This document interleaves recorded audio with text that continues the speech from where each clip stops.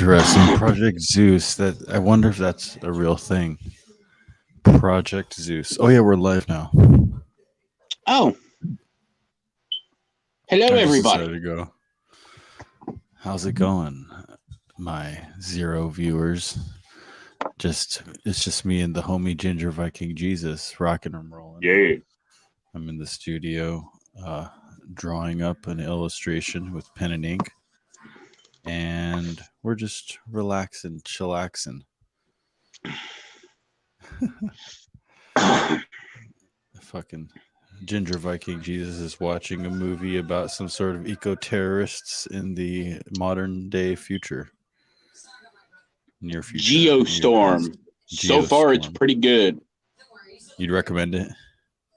I would. Huh? Interesting. I gotta check it out.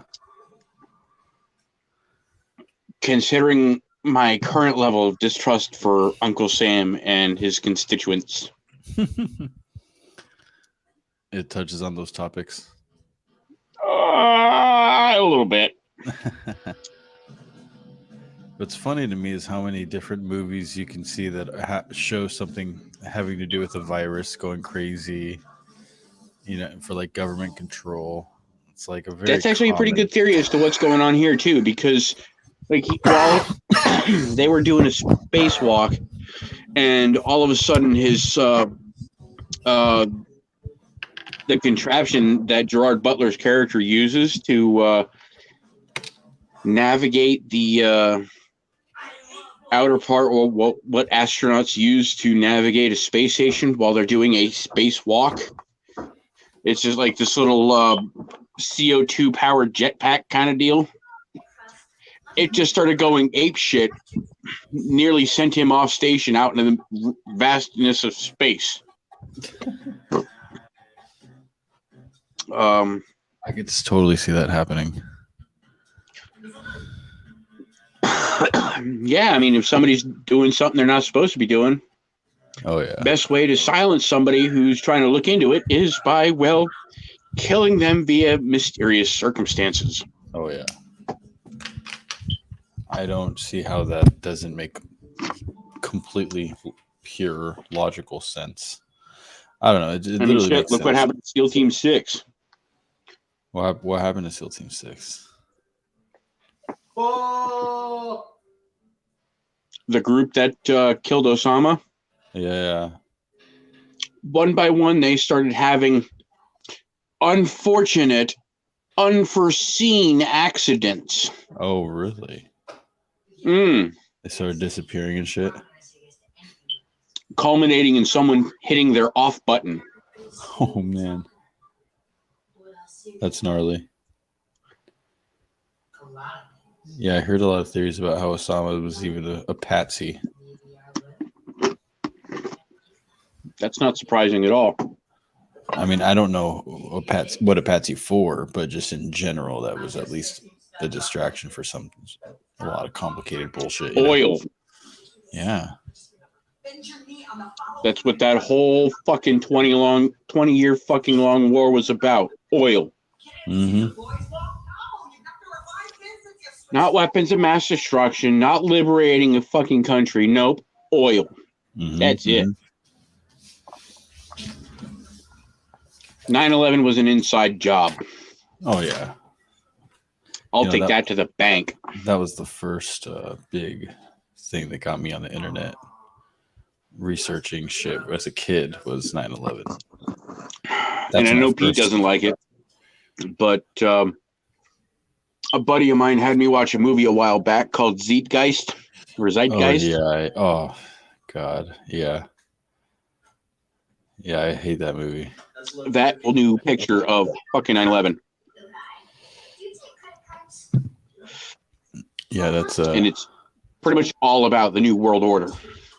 Yeah, they do a pretty good job in that movie in general. I kind of felt like it was like a doom and gloom energy in a way, but definitely true stuff in the movie, They talked about true important. I mean, it's not exactly sunshine and roses when you're talking about the destruction of everything we've known for the last 150, 200 years, the relative peace we've had.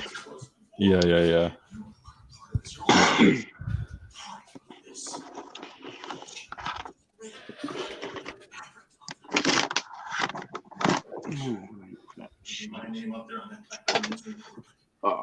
It's a very complicated, crazy world. A spider web, if you will. Oh yeah, spider web's a great way to put it.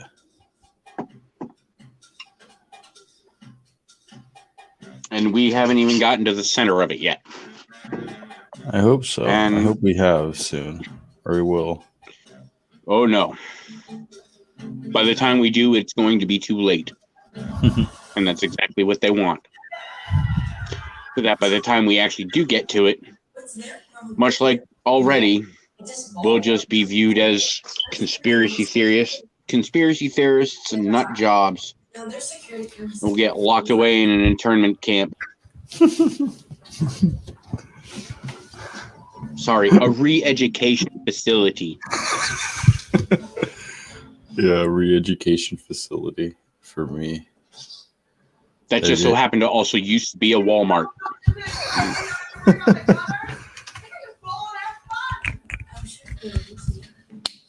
There's like a clearance items at the exit of your re-education facility.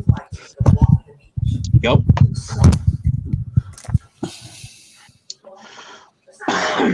Wool blankets laced with ricin and a bunch of other lovely things are going to be on rollback next week. Yeah, it's interesting because sometimes people believe you, but then they really want to see the real evidence. And it's like, honestly, it's not easy to just go on tour and fucking look up this fucking weird, freaky shit of Joe Biden's or Hunter Biden's laptop. And like, I don't want that shit on my computer. You know, like I got to get a whole nother computer just to fucking view that shit on. You know what I mean? Yeah. Like it's like, okay, cool. You want me to, like, because my girlfriend is at the point where she's like, I want to see the official video of Hillary Clinton. Like, I got a computer right now. This girl's face off. And I'm like, you know what? I'm gonna get an extra. I'd love that video. You know what? That actually makes me think. What we were talking about before you went live, Hostel. I think. Yeah, exactly. I think Hostel. Yeah, I think it was Hostel. They had this woman who was walking into a room in nothing but some sort of like bathrobe or just some kind of cloak or something like that. Mm-hmm. And all she had with her, aside from the cloak or bathrobe, whatever, was a scythe. And hanging from the ceiling was this girl. And essentially she was just playing with this girl with the scythe as she's dangling there. Oh, jeez. I can kind of see that being Hillary. Yeah. Like the bitch playing with the girl with the scythe.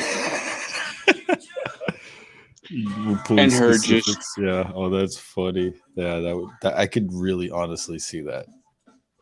That's so It's terrifying, but yes. Oh, I swear to God, I know it'll never happen, but I swear to God, that bitch fucking shows up on my goddamn doorstep. I'm gonna fucking skull.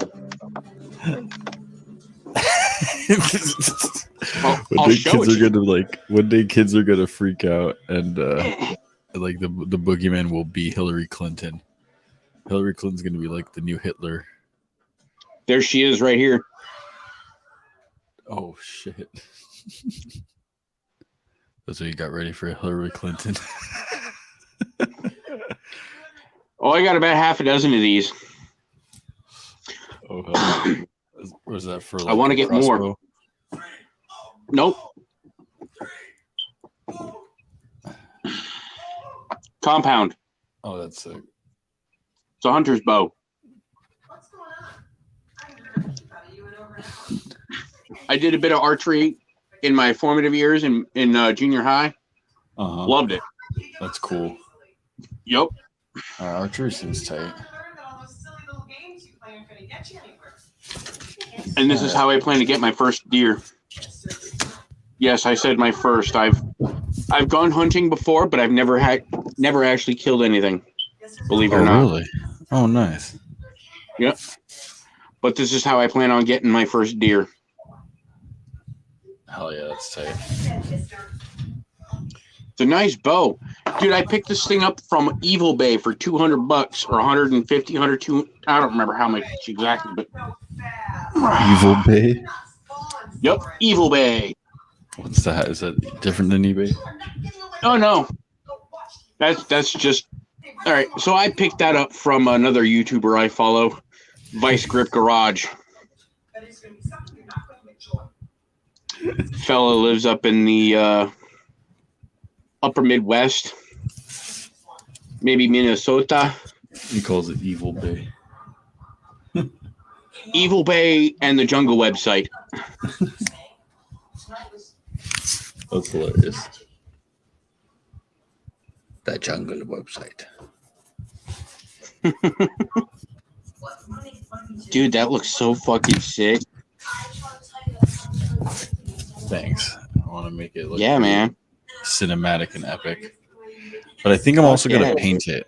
Like once it's done getting inked, I want to make it look like a painting too. So I'm gonna do some watercolors and then acrylics on top. Just because I want it to look really cool. Oh my god, dude! That makes me. I'm a horrible drawer. I'm not gonna lie. I could draw 2-dimension. That's about it. That's cool.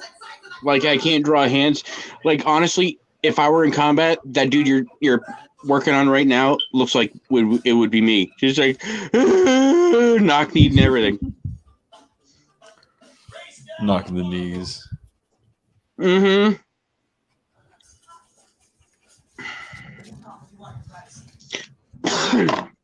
Oh, and I am drinking tonight. Uh-oh. Yep. Well, I'm smoking weed, so hey. We're both not sober. Hey, you know what? At least cannabis is good for you. I'm drinking poison, technically. But I mean, yeah. Alcohol.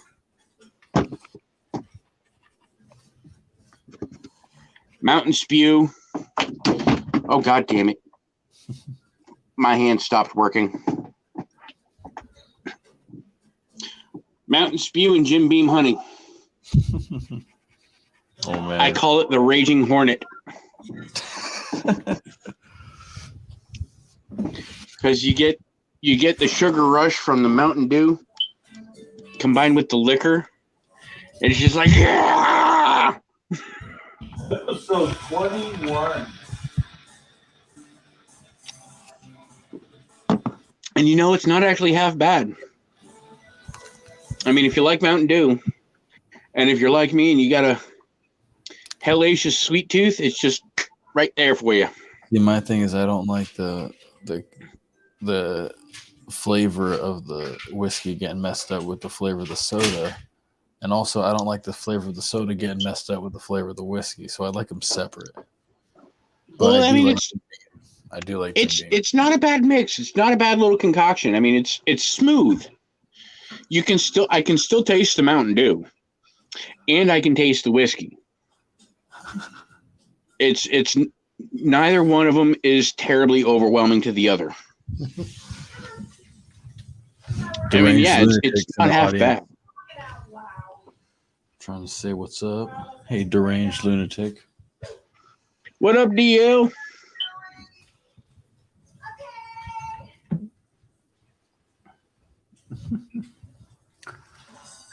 Oh man, Malcolm in the Middle is one of the greatest sitcoms of my little generation. Yes. That was like Mug. It's like my Dobie Willis. Dobie Gillis. Like Dobie Gillis was for your generation, Mug? Just before me. It was before your generation? Yeah, well, this is almost, but yeah, this is like exactly my generation. And you know, every time I go to Walmart, I keep forgetting about this shit. I need to get my hands on some beeswax or some kind of food safe epoxy. Food safe epoxy. Interesting. Yeah, like a water based epoxy. Something for this so I can actually start using it. What is it? It's my drinking horn that Jesse got me. Oh no! Oh yeah, that's cool. But you got to get an epoxy to seal it up. Yeah. And then I got to get like a baby bottle scrubber. So when it comes time to clean it, it makes it a little easier. Oh, nice. Yep. It's Hey, just a matter of getting Raquel. to Wally World and finding the supplies needed to seal and clean it. Oh, nice. Yeah, I wonder what the right materials would be for that. Well, I looked them up on UTARD here, and then that's what it told me. Either food safe epoxy is like the best way to go. Yeah. I would of course still need the bottle scrubber because it goes down to a point, so it's got nooks and crannies and stuff in there that I got to be able to clean out. Mm-hmm. Excuse me, beeswax is an all right way to go. Excuse me, but I'll need to more frequently reapply the beeswax because, well, cleaning it, I'll have to use warm water instead of hot water because if the water's too hot, the beeswax will melt and it'll be gone. So then I'll have to reapply the beeswax. But they suggest food safe epoxy to seal it. It'll last 2 to 3 times as long as beeswax, and it'll be easier to clean. I could, in theory, use hot water. Oh yeah, interesting. That's cool. Yep. Yeah, I wanna make a water-based, or not just water-based, but a non-toxic mixture to make masks for my alien mask. Here, did I ever show you this? Oh shit! Yeah, so I'm Is that trying to clay? make. Yeah. This is a fucking oil-based clay. It's a little messy. Nice, dude. And You got a kiln fired yet, or no? Or you're not planning to? You're just. oh no, this thing doesn't heal at all. This is just oil based, so it stays kind of wet. So I can heat it up, and it'll start moving now. But it gets pretty Okay. hard. But you use it for a lot of movie costumes because you put it in plaster, and then you put the. Have you ever heard of latex in Fimo? plaster. What's Fimo? FIMO, Fimo. Walmart used to carry it a long time ago, and of course the craft department. Oh hey, it's a clay. Fimo is a clay. Oh, interesting. I gotta check that out. I use My mom clay, used to have a bunch of this shit, and she would do clay stuff. Like, all right, so my mom was a Girl Scout, and she would use a lot of Fimo for like arts and crafts stuff. Have it priced reasonably because, of course, they're going to be they're making these things for everything from like daisies all the way up to juniors and whatnot, as far as like Girl Scouts are concerned. But all right, so my mom was a member of a group called the American Indian Scouting Association, or ASA, and they would go around to different Native American reservations throughout the country. And the way their tribe was able, or the way their group was able to do this was they'd have the quote unquote trading post, and the girls of their group would make crafts and stuff to sell, everything from dream catchers to like my mom started making little snake bracelets. Well, snake bracelets, they literally just looked like vinyl wrapped, googly eyed pipe cleaners. She was telling me they were snakes. I'm like, Mom, that's not what a snake looks like. It would literally just be straight, and it'd just be laying there. So what I started doing for my mom to help her out was I would take the snakes that she would make and I would coil them up. And then the last like inch or so, I would have it be sitting over the coil as if it were like a cobra or some other kind of snake ready to strike. Because that's what a snake looks like. To most boys, anyway. Yeah. That's cool. Yep. And lo and behold, like they were selling all right before that, but lo and behold, the moment I started helping her out, coiling up snakes and then putting them in a ready strike kind of posture, Yeah. they started selling like crazy. Oh, really? That's interesting. Right. It's all about presentation. Exactly. So I was my mom's little minion for getting that shit done.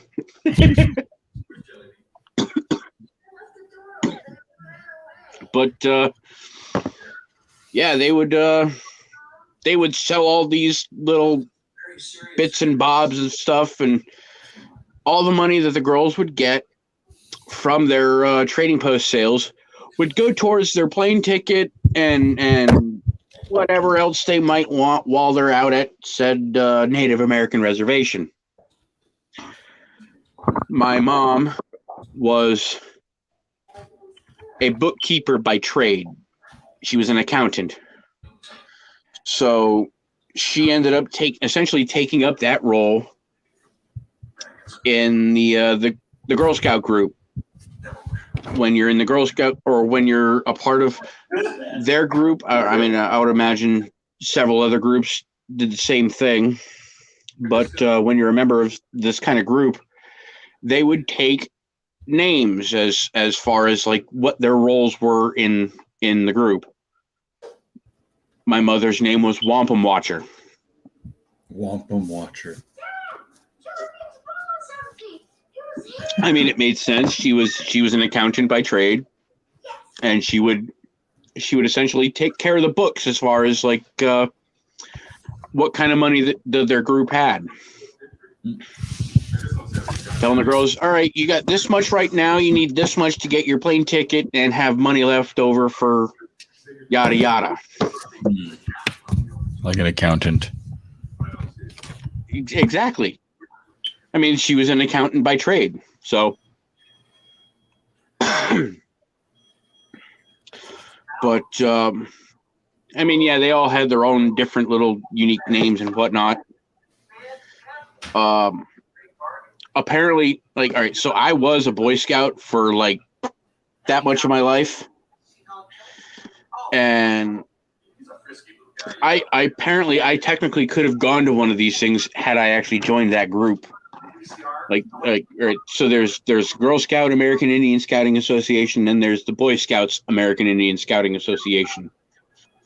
Problem was, the short time I was in Boy Scouts, I got really bored because we weren't doing anything fun.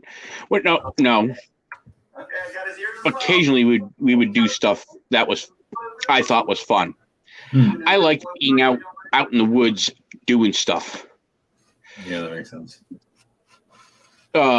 Pinewood Derby, that was kind of fun because I got to build a race car. A race car. But after a couple years or a few years of doing this, it got boring to me. So I didn't want to do it anymore. You just kind of fell out of it, not as into it. Yeah, pretty much that, and well, several kids that I grew up with that were also part of the same Boy Scout group that I was in. Also, I also went to school with them, and these idiots were making fun of me because I was in Boy Scouts.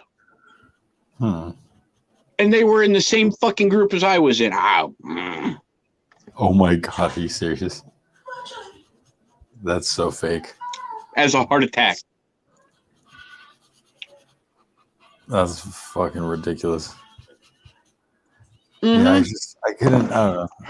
I didn't like school. I didn't like school either. No, I liked certain parts of school. I liked science. English and reading were okay. I hated math. Science was my bag, though. But what killed me was like once I got to high school and they shoved me into physics. I love physics. I love watching physics at work. Just don't ask me to wrap my mind around the math because my head will explode. I was really good at I couldn't math, wrap but my I head hated around it. math to save my damn life. I liked math and I was good at it. I just, no, I mean, I was good at it technically, but I hated the class. I did not want to do the homework. That was not my thing, but I would always pass the tests. Like if it was like, oh, okay, I could just be done with it in an hour. Okay, cool. But if I had, you want me to take it It'd be a home? struggle for me to pass tests like that. Like I said, I fucking hated math. I love science.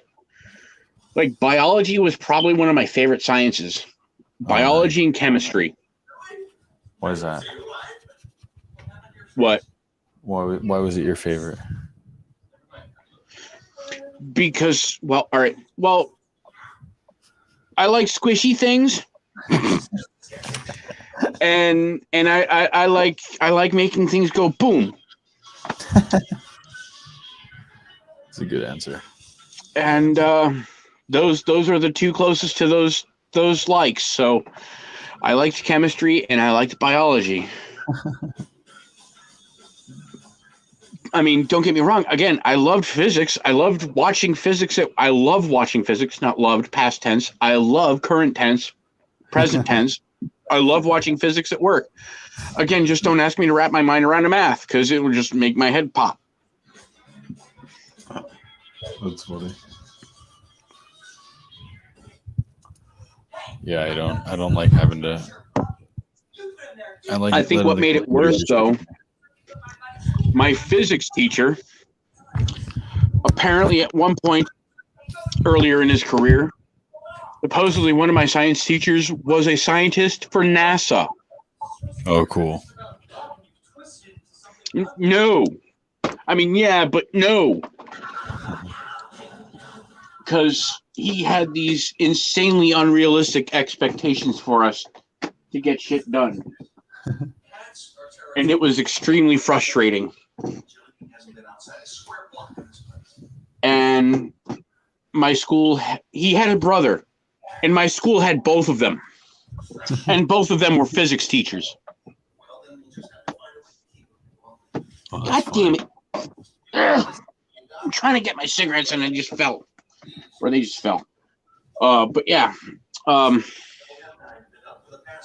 other thing that sucked was when after my first year of high school,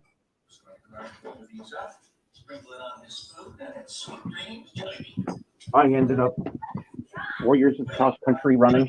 That was the sport I decided to do.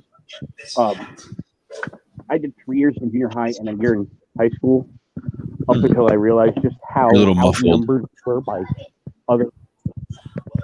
I know I'm on my way outside. Oh.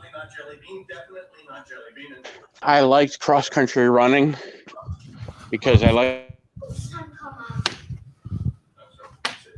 the freedom of being able to just run somewhere. Yeah. But when I got to high school and ran against other high schools, I realized just how outnumbered. So my second year of high school, I decided I'd join rifle team. Oh, that's sick. And That's way tight. Well, it is, but the rifles we were using weren't exactly very exciting. 22 rimfire bolt action. Uh-oh. And we weren't allowed to have magazines. We had to load every single round individually. I was not amused. Growing up around firearms, having used firearms throughout most of my life, and having been taught to respect the danger of firearms, I found this to be an insult. Well, you were educated with firearms. The people on rifle team, I was thoroughly educated. I mean, my grandfather was a cop for 20 years. On top of that, he was an avid hunter. My father was in the Navy for 5-6 years. Oh, dang. And also an avid hunter. And now, I mean, I'd been around firearms since I was about knee high to a grasshopper. And then to go from, well, my father has a 22 Ruger rimfire semi-automatic rifle. It's essentially a baby M4, or not M4, God no. It's a baby AR. But to go from that's to exciting too. A little bitch bolt action, and I'm just like, I stuck with it because I enjoyed rifle team. So I stuck with it. I mean, I was only JV, but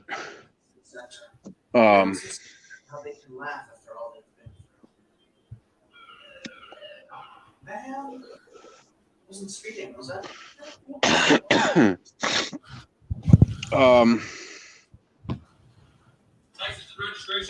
I mean, my whole life was not whole life, but a lot of my formative years were brought up around hunting, firearms, and the respect for the danger that they possess. Yeah, kids should be raised with Because that. if I you was don't- not raised with that, but that's probably that would be a really good thing for everyone. Yeah, absolutely.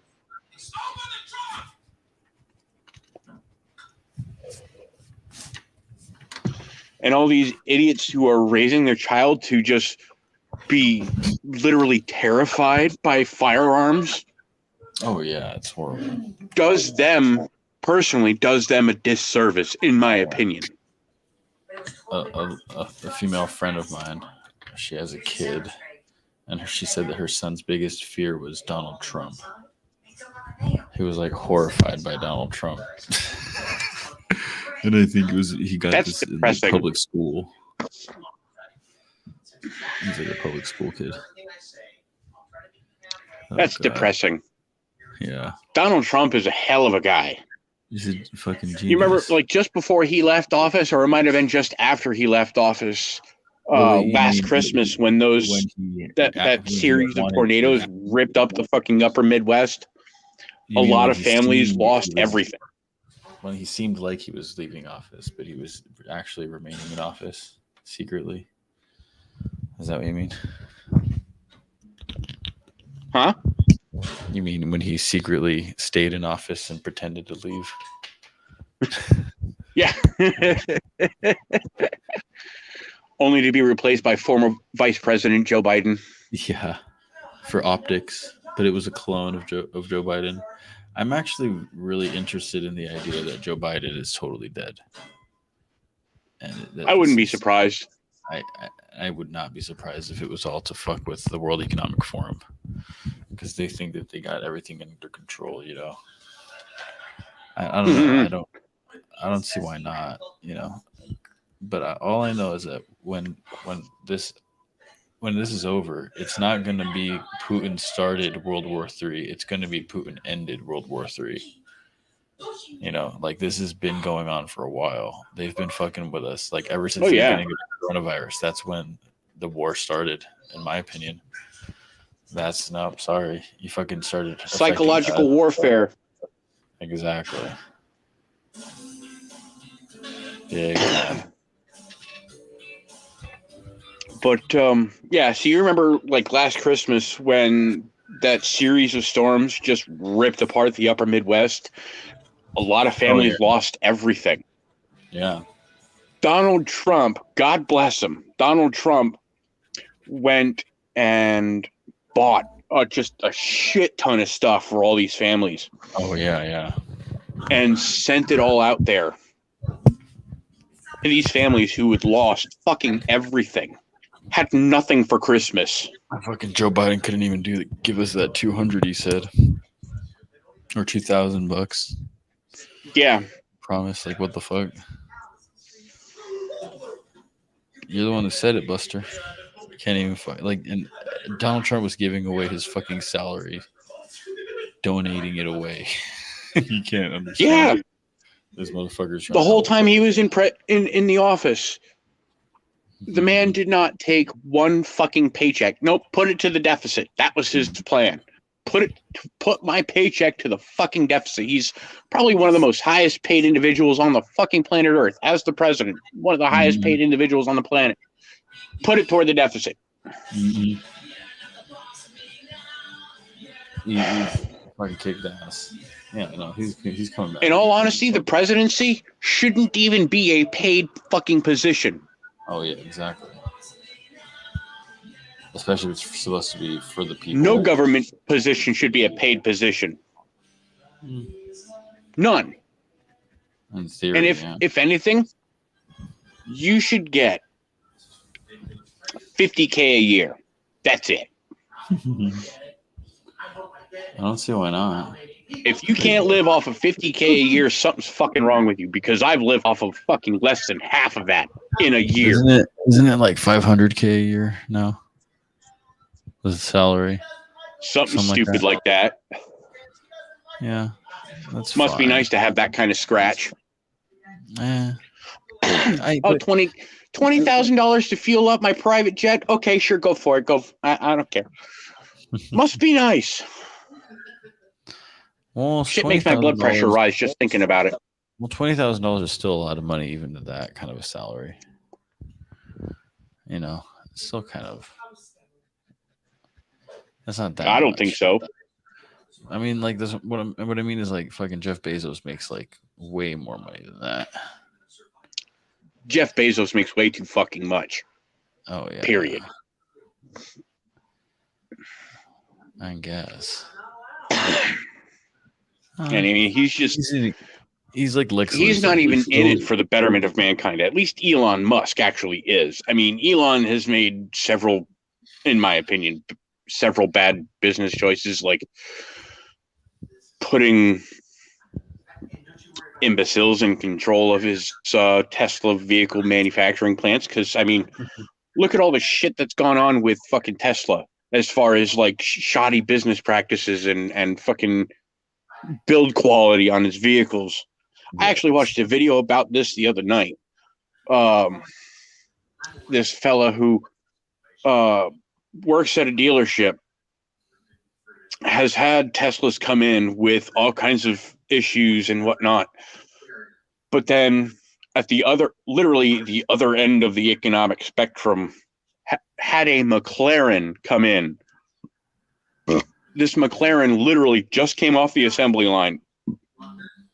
It might have had 80 miles on it. 80 miles. And this thing had rust already forming. The driver door had about an inch's worth of clearance to the body, whereas the passenger side was about that far from the body, if not completely touching in some spots. Huh, what the fuck? And several bolts were loose. One that actually come completely fucking out was just sitting there in the spot where the bolt would have been screwed into place, just sitting there right next to where it should be. Oh, that's hey, crazy. Hey, buddy, how you doing, buddy? What up, cowboy? Hey, Jesus, what's up? Fuck is that? My blood pressure. Good, man. Hell yeah, that thing looks amazing. Looks okay. I can't wait till the I coloring. love that whatever the alien is riding, that's just bitching, man. Yeah, some sort of monster just came to mind. It just kind of happened. I also really like the Roman soldier and the Cherokee sitting down, or the Apache sitting down to smoke some weed. I gotta work on that. I'll tell you what, nobody, the dude in the bottom middle, that looks like me. Just as I'm holding an M16 trying to shoot somebody. Yeah. Mhm. And the guy right in front of him with, the skull club, that looks like me when I was younger. That's tight. The little Conan the Barbarian guy. I love that game. That game is awesome. This is making me feel like giving it some like Frank Miller colors. Yeah. Like it's Or like even a like swamp or something. or even Todd McFarlane. Oh yeah, well Todd McFarlane did a lot of digital coloring. He's pretty I go cool, to ink. It doesn't have to be colored. Oh, okay, I'll just do ink then. But it just brings up such a cinematic idea though, because of this guy feels like Conan and. Well, don't get me wrong. After years of reading Weirdo magazine and other oddballs like the Checkered Demon and such, I moved on to heavy metal, which of course was all color. But I kind of missed that old school, cartoonish feel to things. I really enjoyed that. Yeah, heavy metal is great. Yeah, I haven't seen that movie in years. I haven't seen the movie, actually. And I remember when I was the movie's young, all right. It was a Canadian-made little quirky kind of cult thing, but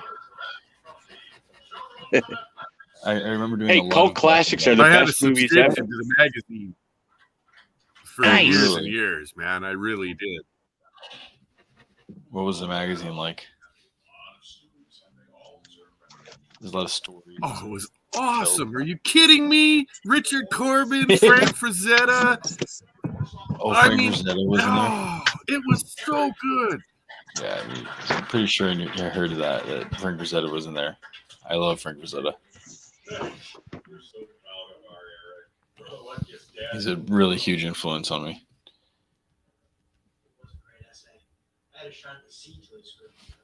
Oh, wait, you guys are muted.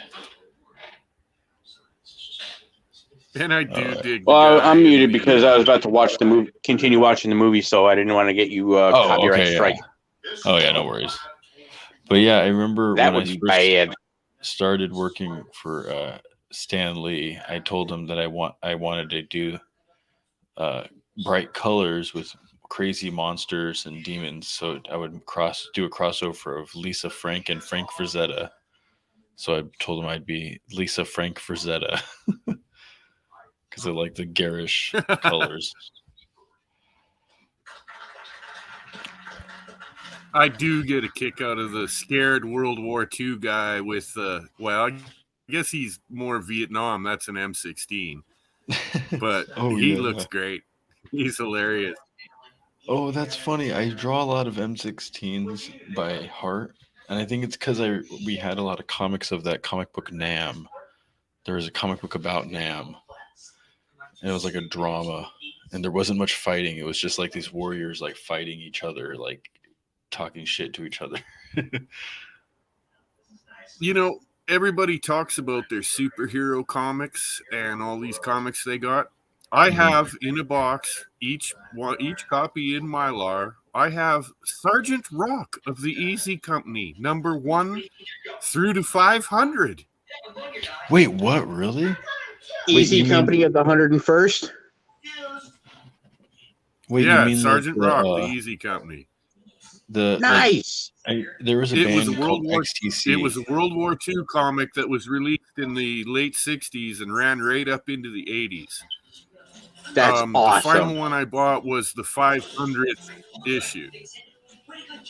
Sergeant Rock of the Easy Company. I want to look that up because there was a band called XTC and they did a song called Sergeant Rock.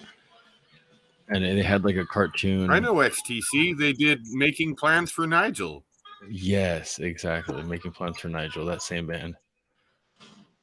And they had like a cartoon of Sergeant Rock. Oh, no, yeah, this is totally different.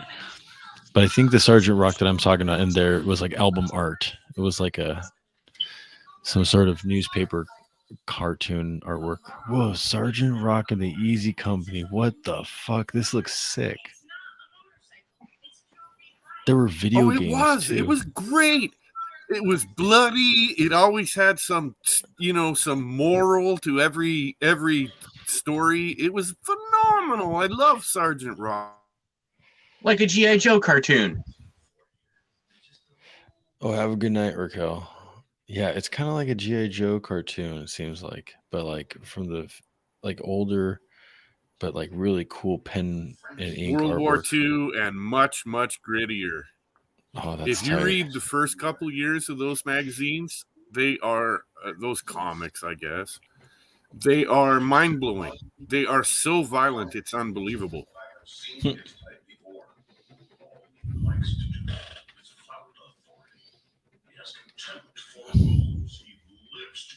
That's cool. I haven't I didn't really read a lot of comic books though. I kind of just looked at the artwork as a kid. I don't know. I had like dyslexia, so I just didn't really read very much. Even now with books, I kind of like listen to the audiobooks. But right around the same time as Sergeant Rock, there was another killer comic. What was his name? He was a caveman, for Christ's sake. It was amazing shit. You just don't see it anymore. I'll have to think about it and look it up. I remember seeing a lot of Conan comics, or at least Pulp Fictions and stuff along those lines. There was big, huge colored magazines of Conan that went along with creepy and eerie and other weird shit like that in the 70s. I've got a bunch of that stuff too. Oh, that's cool. You have them all organized in Mylar and boxes and stuff. I would like to say that I'm taking better care of them than I am, but I can't. To be honest with you, a lot of that shit is just packed in boxes and rotting. Oh no. And when you're with us. No. Well, oh well. No, this isn't fair. You don't get to just say no. Yes, I Oh no. Fucking Malcolm in the Middle. Did you ever watch that show? I sure did. Yeah, it was a mirrored image of my family. I know that I had to look it up, but I found it. Another great comic with some fantastic artwork at that time, and there were many. But Turok, Son of Stone, was really, really good. I remember the Turok games. I didn't know there was a comic too. Holy shit! I remember hearing about Turok. There was yeah, I had a bunch of the comics in the 70s as a kid, but I don't have them anymore, I'm afraid. You know, the one comic I was recommended by Robert Williams himself. I met Robert Williams at an art gallery. I did his portrait, and you know what he recommended I read was King Arthur. He said it was an old school comic book called King Arthur. Fuck, which was that? I remember. It was a series, and it followed the quest for the Holy Grail, dude. It was amazing, and the artwork was phenomenal. Yeah. You know, one of the few cool, kick-ass fucking guys I've met in the art world, I've met Jack Davis. Oh, nice. Jack Davis is a legend. The Mad Magazine guy, right? That is correct, sir. Yeah, I went to, it would have been late 80s, just before I joined the military. I went to some kind of Comic-Con, and Davis was there, man. He was actually drawing out little shit and fucking signing things for people. I got him to sign a Mad Magazine for me. I've still got it. That's freaking awesome. Speaking of collectible stuff, nobody, I know you saw this stack of cards last night. I didn't actually show anybody what was in it, but This stack of cards right here. Oh shit, that's cool.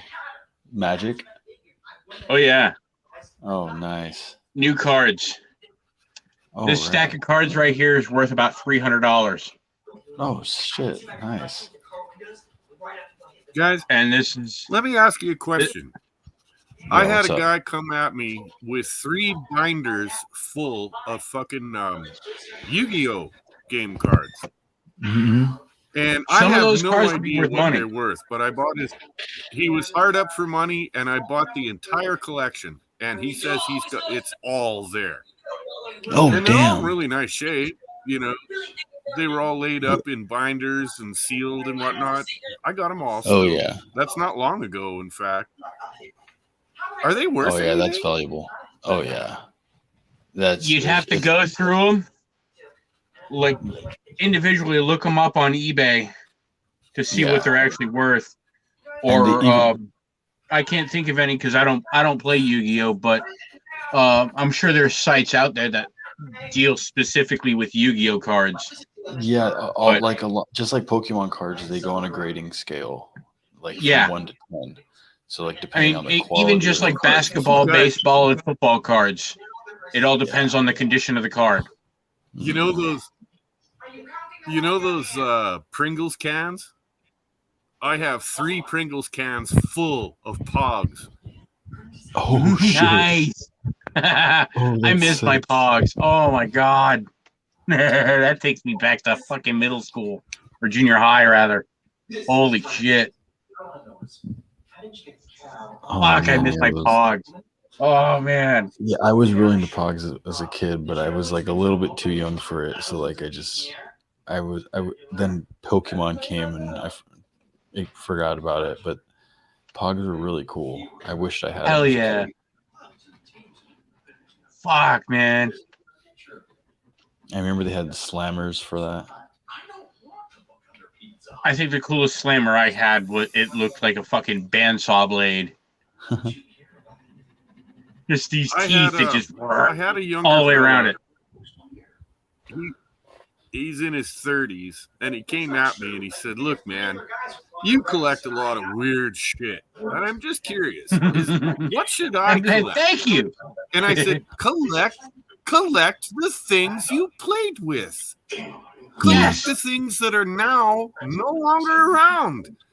Yeah. Pick up the things you enjoyed again. That's how to do it. The only reason I have all my Hot Wheels, I played with them. I love them. Oh yeah. Anybody recognize this fella? Oh nice. I don't remember who that is Shit, exactly. Is that Soundwave. Optimus Prime? Oh, Soundwave. I don't know. Megatron's second in command. Oh, that's tight. They had a Soundwave that actually played tapes in the 80s. That's Oh, awesome. nice. That makes sense. Yeah, I want to make toys that have Hey, guys. Bluetooth In the receivers in them. 1990s, my children, I don't remember exactly what year, but we bought my daughters both had Teddy Ruxpins. Oh, Now, you know yeah, Teddy Teddy Ruxpin Ruxpin. is a tape player and moves his mouth, Yep. right? Do you Yes, guys know yes. that you can put Black Sabbath in Teddy Ruxpin and he'll mouth it? Yes, That's yes. awesome. That's so funny. Yeah, my friend Sarah, she was really into Teddy Ruxpin, and she had some. Anybody know who collectibles. this little dude is? Oh, I don't know the name, but I know it's a Transformer. I remember the dog. but I Ravage. don't remember the name. Oh, nice. That's sick. Ravage, right? You Yes. got Grimlock? I Cool. wish. Grimlock was the best.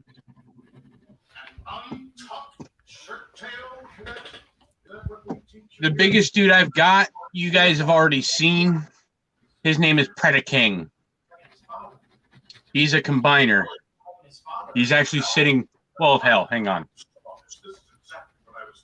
And the only That's reason the I know biggest- about this silly stuff is I was a full-grown adult, man. I was buying race cars and having fun and motorcycling and such. I only know about the stuff because my children were watching it. I also That makes introduced sense. them into crazy things like Beavis and Butthead and Duckman and stuff like that. This is the biggest dude I have in my collection right here. That's Predaking. Oh, nice. Predaking. Hey, look at the sword this fella comes with. Oh, wait. Let me. How do I make you bigger? Tell you what, I'll just pick it up and I'll. Oh, nice. I mean, this thing looks like it would be a dagger for me. That thing's cool. I can't believe that plan actually worked. We came up with it. Are you just drawing all this stuff from your brain, or did you look that one airplane up? Because boy, it looks like a Japanese Zeke fighter bomber. Oh yeah, I got a 3D model that I was kind of putting at different angles and while I was redrawing it, but I had it on the computer screen, and then so it was. They start out like these little scribbles, like it's a little bright, you can't really tell. But I have like dude. Like I said, I spoke about this on whose stream was it? Jedi Bills. I tried. I took art class. I used to sketch everything out in pencil and then try to pen it in and stuff. And I just mechanically not bad at it.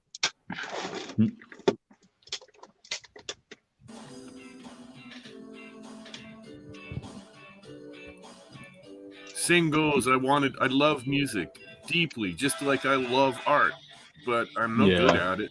Can't sing, can't play a guitar, can't play shit.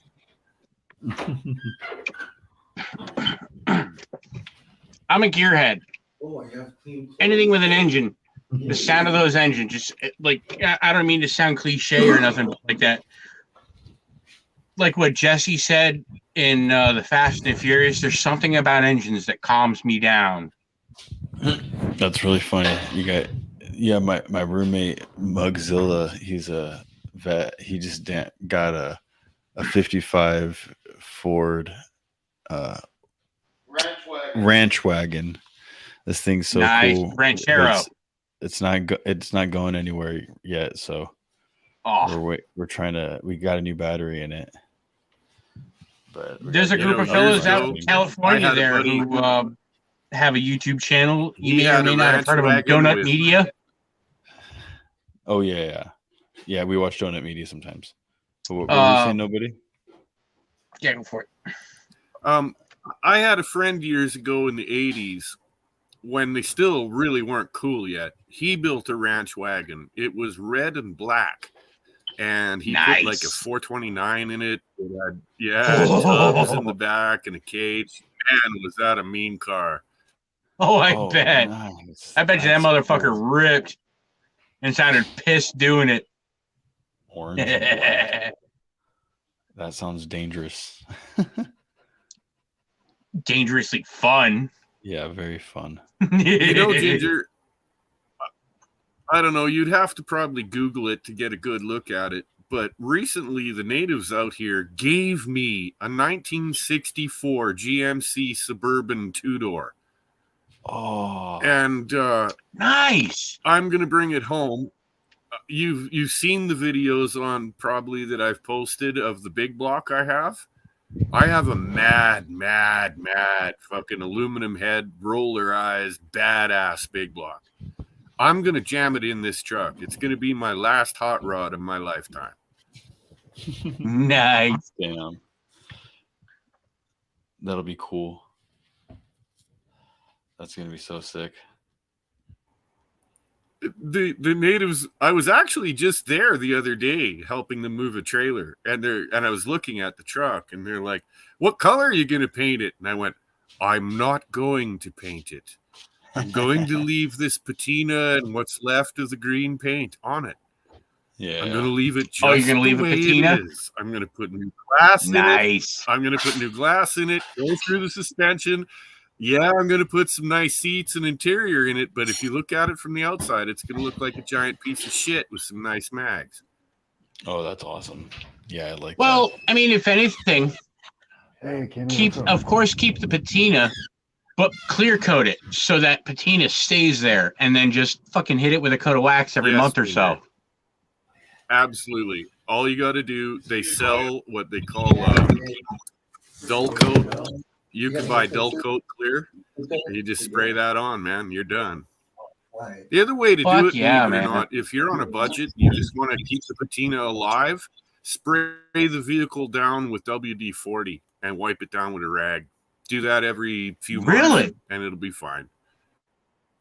That's Yep. awesome. Absolutely. I mean, that kind of makes sense, though, because the oil in the WD-40 will act like a sealant. Absolutely. Fuck yeah. That makes sense now. Hell yeah, dude. That's awesome. Oh, man. Nobody, do you watch Donut Media at all? But yeah, I do. Oh, all the time. The thing is, I do, some of his videos piss me off because, look, I'm not a fan of police brutality, okay? I've been brutalized by the police on multiple occasions. And I'm a white guy. Just because I'm a scumbag biker and they know me.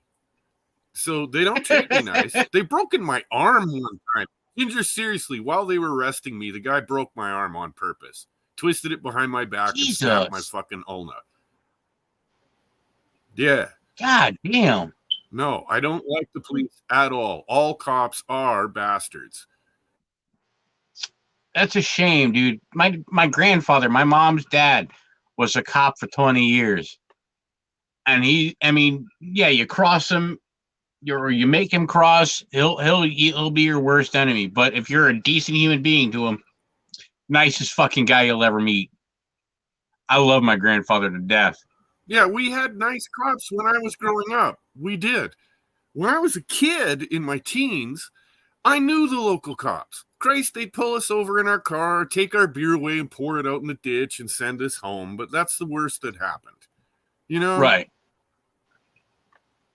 Nowadays, they catch you with a beer between your fucking legs. You're getting billy clubbed. Tonk, tonk, tonk on the side of the fucking road.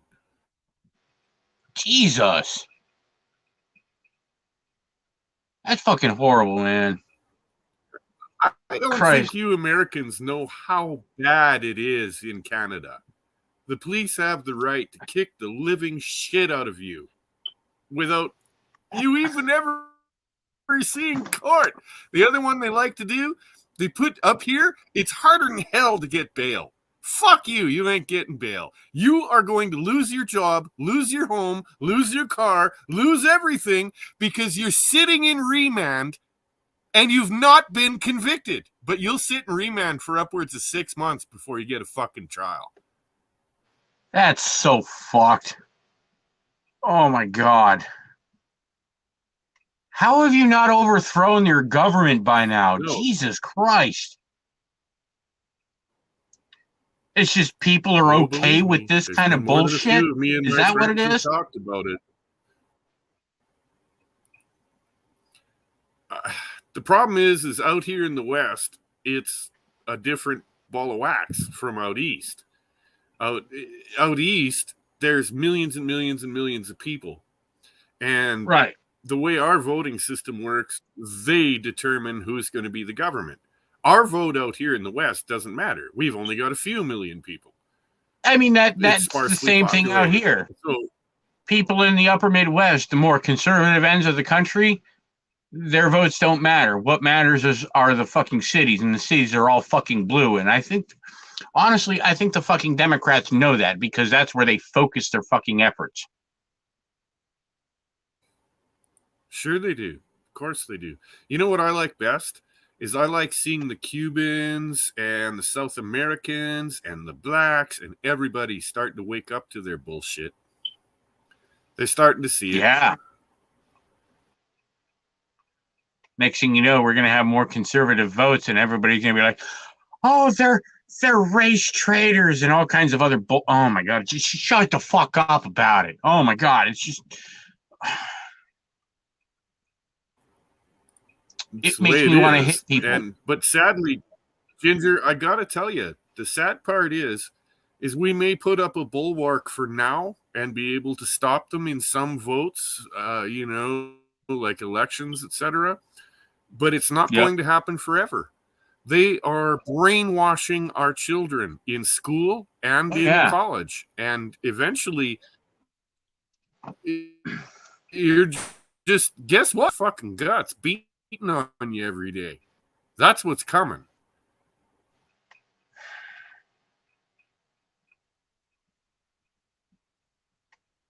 Oh, I can't wait to get this fucking RV and get my ass the fuck out of here. I'll live in the Middle East, bumfuck nowhere. I don't even care at this point. Just get me the fuck away from society. Do what I did. In your case, drive up to Alaska. Alaska's too cold.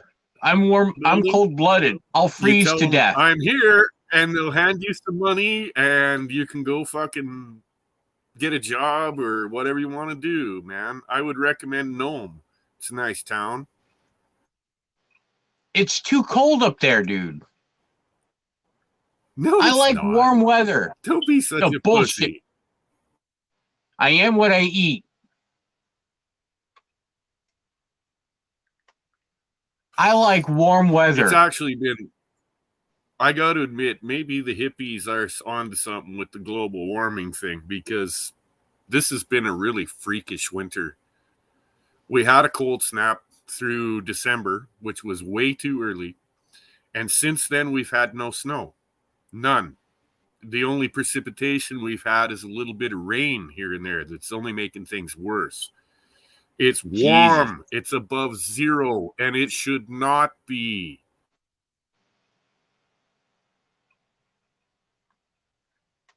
Well, we are about 10,000 years overdue for another ice age, so count your blessings.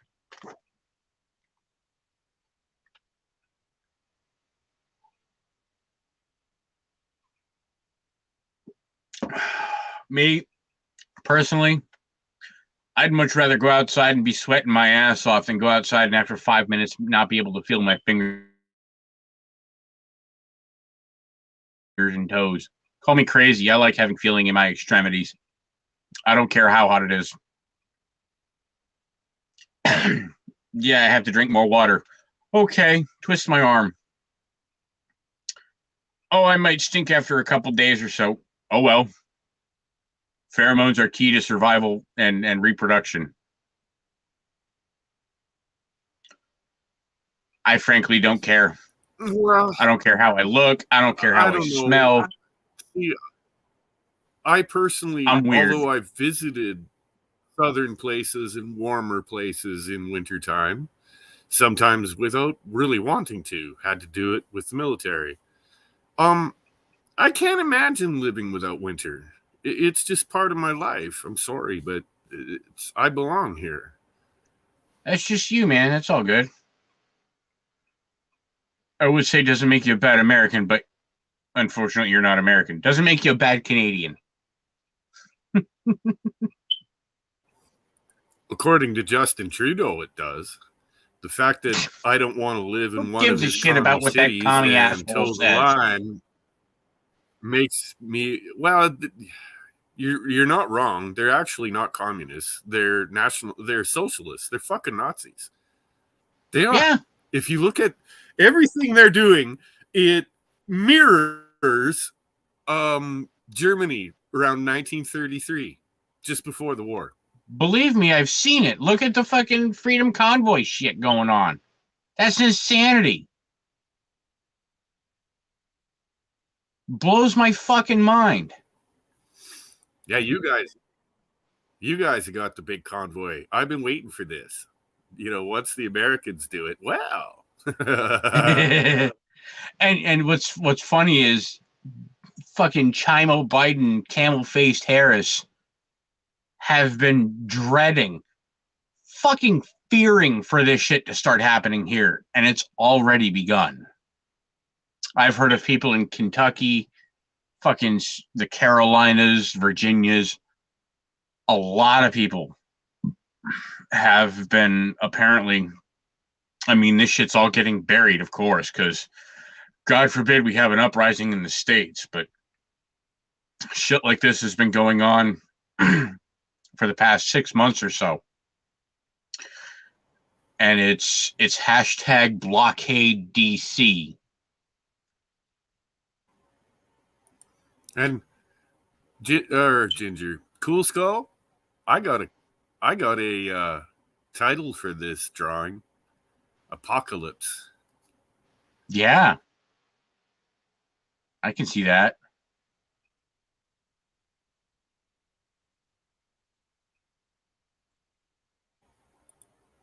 Or just to be laughable, why not turnips in October?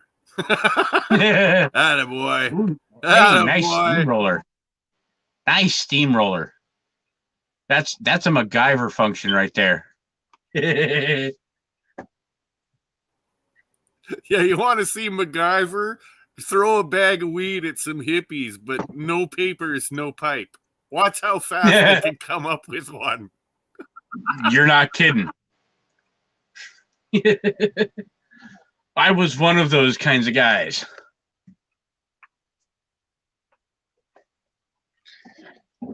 Like we've all seen, I guarantee you, we've all seen the movie Half Baked. You ever made a pipe out of an apple? Yes, I have. Yeah. And it tasted It's very delicious. nice. It's actually Yes. really, it is. It's wonderful. And then you can eat it afterwards.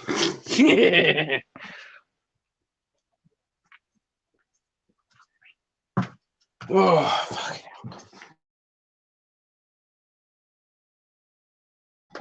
I am so ready for it And to yeah, be worn I out wanted to again. mention this, Cool Skull. In the information that I have, I think your transit number and your bank account should be okay with your name, but I might need your town. I'm not sure. I'll ask the bank when I'm on the phone and give you a message and let you know. And I'm going to have to send, by the way, just to send you 300 US, I'm going to have to actually spend about $375.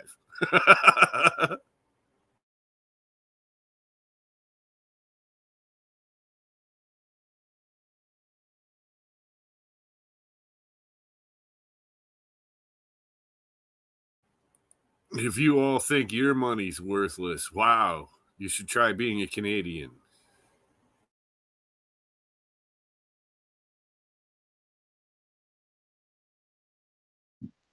Yeah, I do not envy you at all, nobody. That's fucking shitty. Yeah, I'm like on my way to someone posted some pictures of some steaks and a loaf of bread down in the States right now, and they're whining. Bread's like Jesus, it's $5 a loaf, and this steak is almost $20. That same steak is nearly $100 here in Canada now. A loaf Good of fucking Lord, bread you is guys fucking actually have $10. fucking cattle ranches up there too, don't you? That's right. Fucking cigarettes. Do you know what a pack of cigarettes costs at a regular That's store like a insane 7-Eleven? $20. 20 fucking bucks. What's gas like up there per gallon, or rather, well, yeah, per gallon, because we do gallon. I know you guys do liter mostly. Per liter. Right now, per liter, it's $1.70, and they're talking about $2 a liter coming up shortly. Now, to you guys, that's about $8 a gallon. Oh my God! Yeah, I buy my fuel in bulk, so I get a bit of a break on it. I'm paying about $6.50 a liter for gasoline, and I'm paying around $5.75 a liter for diesel. Sorry, no, that's way out. Diesel, I'm getting on a fairly good deal. It's around $2 a liter. You know, in a pinch, you can I'm use talking home heating gallons. oil for diesel, right? Oh yeah, absolutely, dude. Okay. I forgot about I forgot about a tank of diesel I had. There was about 600 liters in a big fucking slip tank that I had out back, and it had sat there for about 3 years. I bet you thought it was I'm Christmas. like, shit, it's not going to be any good anymore. So you know what I did with it? I poured in 10 gallons of kerosene and woke that diesel right up, and I burned her off in one of my machines. Hell yeah. Right now, where I'm living at in Commie, Etiquette, the gas station right down the road, gasoline is encroaching on $5 a gallon. I mean, it's like 88 cents shy, but still $5, almost $5 a gallon for gas. It's fucking ridiculous. That's twisted. I think diesel twisted. is like $6 a gallon. When I think about the fact that I'm next door to the largest oil deposit in the Western world in Alberta. Oh, I bet you it makes your stomach fucking turn. Our government shut it down. We do not pump our own oil anymore. It's done.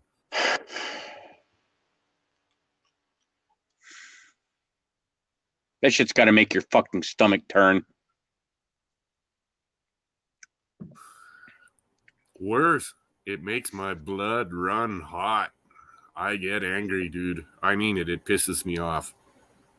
Oh, I don't doubt it. And this is all being dictated by a bunch of cocksuckers that live 3,000 miles away bureaucrats. And have nothing to do with me. Yeah. Bureaucrats.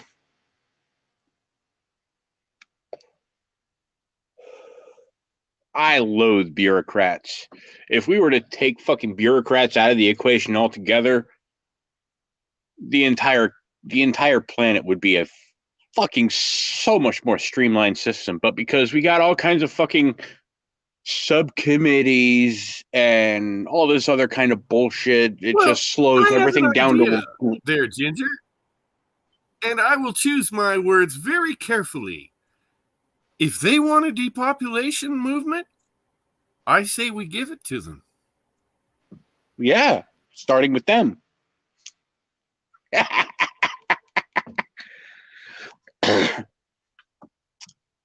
Oh, sorry, did I say that out loud? Right? I say we give them exactly what they want. You will? Yeah, we'll depopulate. You fucking bet. Oh, yeah, you first. Here's your ticket. Would you like a smoke? Maybe a blindfold? No smokes. Tobacco will be getting lean by then. Fuck them. They can die without it.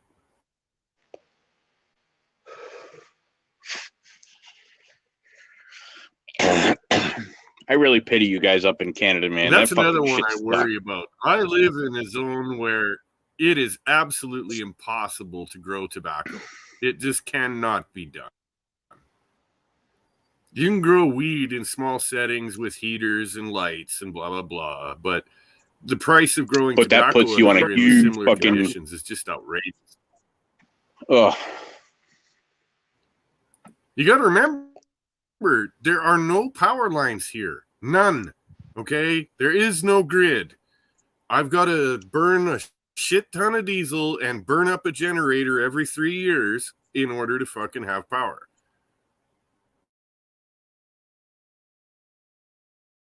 What about... Is it too cloudy there? Yeah, it's pretty cloudy. Dude, I spent a ton of money on the solar thing. I actually flipped out on, I don't remember who it was, because they were telling me, why don't you sell it? Well, guess what? This is northern BC off the coast. It's normally very cloudy here. It's rare to get a sunny day. I spent over 100 fucking grand on panels and fucking batteries. And you know what they've done for me? Dick. Absolutely dick. Yeah. Jesus, it's a total waste of money. All I do is burn diesel to try and bank up the batteries again because they never charge. It's just a joke. What about geothermal? About taking it a step further. Yeah, I was just going to say that. I was thinking about maybe trying geothermal because we do have volcanic activity here. Oh, there you go. Hey, you might get a net positive. Who knows?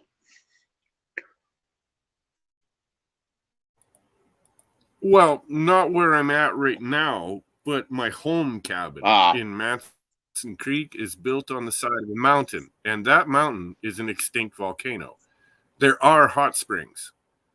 You can bathe in them in the middle of winter. You can go and fill up water jugs there in the middle of winter because it never freezes.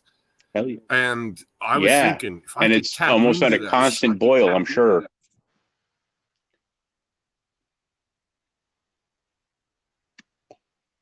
That's awesome, though.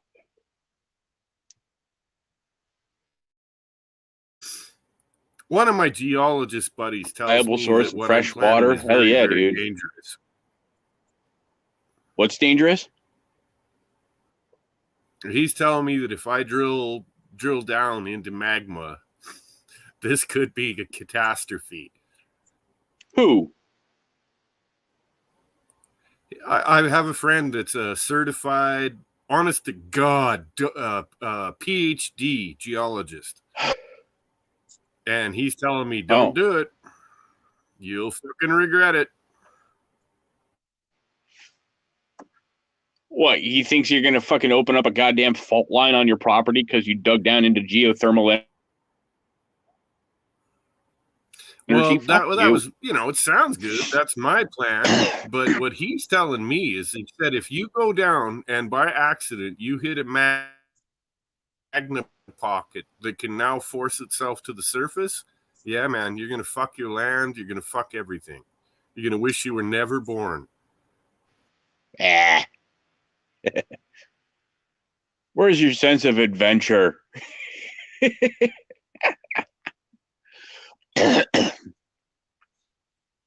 So let's see what's got a higher what comes up out of that hole. Yeah. Maybe send it in Trudeau's direction.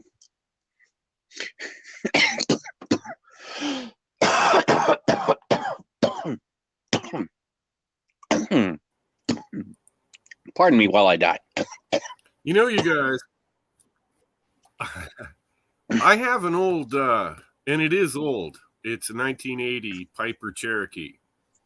I personally do not hold a pilot's license. I got a guy that flies it to do geomagnetic surveys for me and such. Or if I want to get into town in a hurry, he'll fly in, pick me up, fly me out. I got in trouble many years ago with that plane.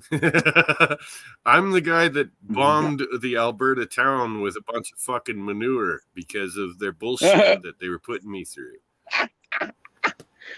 Poetic justice.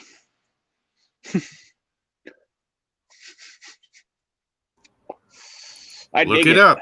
Madman bombs Alberta town with manure. It happened. I did it. Not you.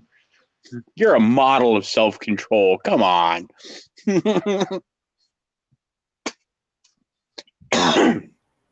Actually, I got to tell you, that's one of the things that I don't have is self-control. Come on. I've always tried to make it sound good for you, Tard. Being a fairly sane person, but the truth is when I'm angry, if you harmed one of my daughters or one of my grandchildren, you have no idea what's coming for you.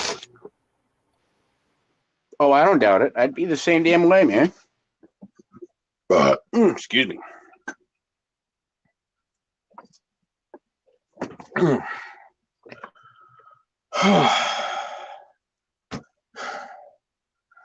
I'm really tired of it being cold out.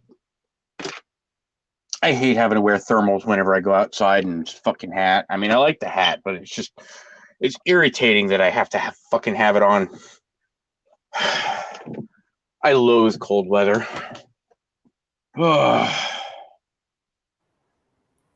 shit, man. I'm wishing it would get colder and snow again. I want to go snowmobiling some more. And right now, the snow is getting so goddamn shitty. I don't dare. I'm just going to wreck more machines. So get yourself a snowmaker. The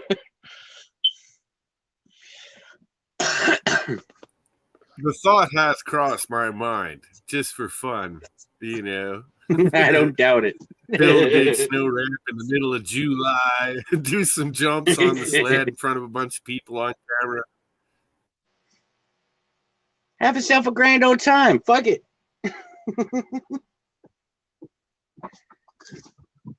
Oh, man.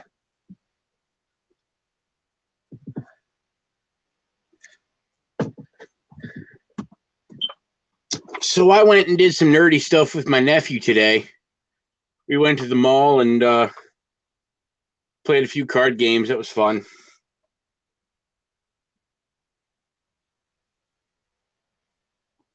I've been the cards I showed you earlier.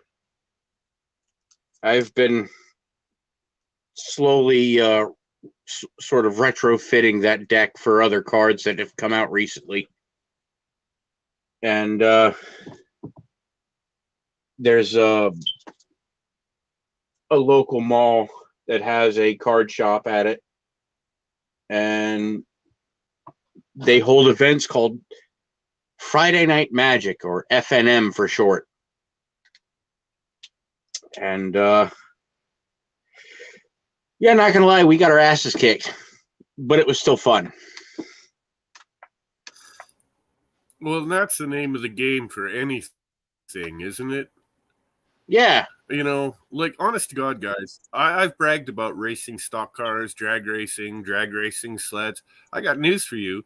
I was never a champion, top winner, you know, well-known. Neither was I. I was just one of those guys that was in the pack, okay? But it was fun. I enjoyed it. And that's the important thing. You enjoy yourself? Fuck yeah. And keep doing it, because God damn it, happiness makes you fucking live longer. And the moment that happiness just goes away because of either restrictions or other bullshit,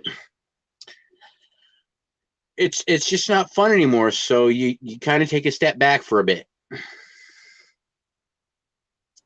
And it's funny, dude. I've had a lot of fun at a lot of different things throughout my life. The only thing I found I was ever really good at was being a soldier and taking people's lives.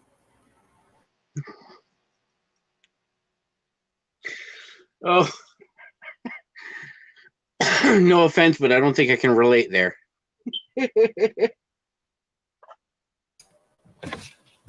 What's up, you guys? You know, have you been listening to us carry on? No, I was smoking a joint. Oh, rub it in. Over.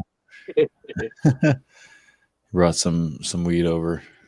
I was listening to him. I guess he did a podcast, and things got sexual on mushrooms on the podcast with some girl. Hey, chicka bum bum. Crazy. Nice. Oh, geez. But you know what, nobody? What makes me happy right now is this right here. Nice, big, beefy, copper. Beautiful bar of copper. This makes me happy. I'm with you. And bud. I got 3 air conditioners sitting outside that are waiting for me to rip apart. Copper.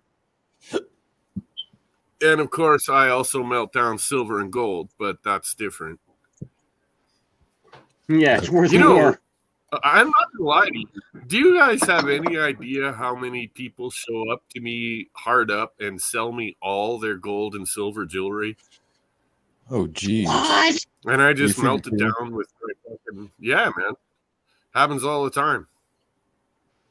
I wish that would happen to me. Really hard up. Shit. We need to fix our truck. Sometimes for certain people, especially the natives, I'll be cool.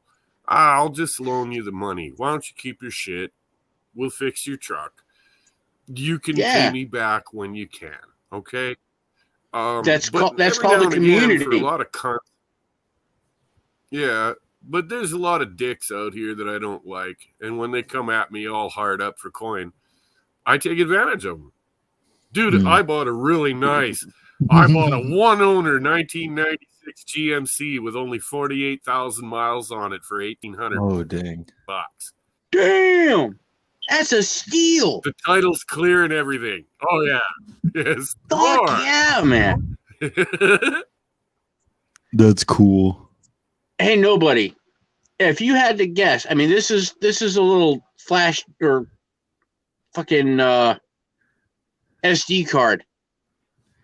If you had to guess, what would you say those teeth are made out of? Platinum, most likely. Really? But it's only a coating. Understand that. It's only a coating. The same goes with the gold-plated ones. It's only a coating, Ginger. And the only way to get those coatings off properly is through chemical processes. Acids. Are you talking to someone? Yeah, what's up? It's a scam. Because I got money to ship it. I had an SD card a while back just kind of fall apart on me. Nothing, Baldwin Hills. She goes, and I got all these tiny little bits of godly or these all little teeth and shit just sitting here on my desk. What are they coated onto? Like steel? Yep. Now, you want to clean it up nicely? Take a razor blade and scrape it off. No, I'm not lying to you. Take a razor blade and scrape the gold off, and then you can throw it through some acids and clean it up properly. Well, acids are big bucks, so not to mention it gets you put on a fucking watch list out here. Yeah. I wouldn't be surprised. Not here. I'm a miner. I can order drums of. I can order drum. I have to have it to clean up my gold.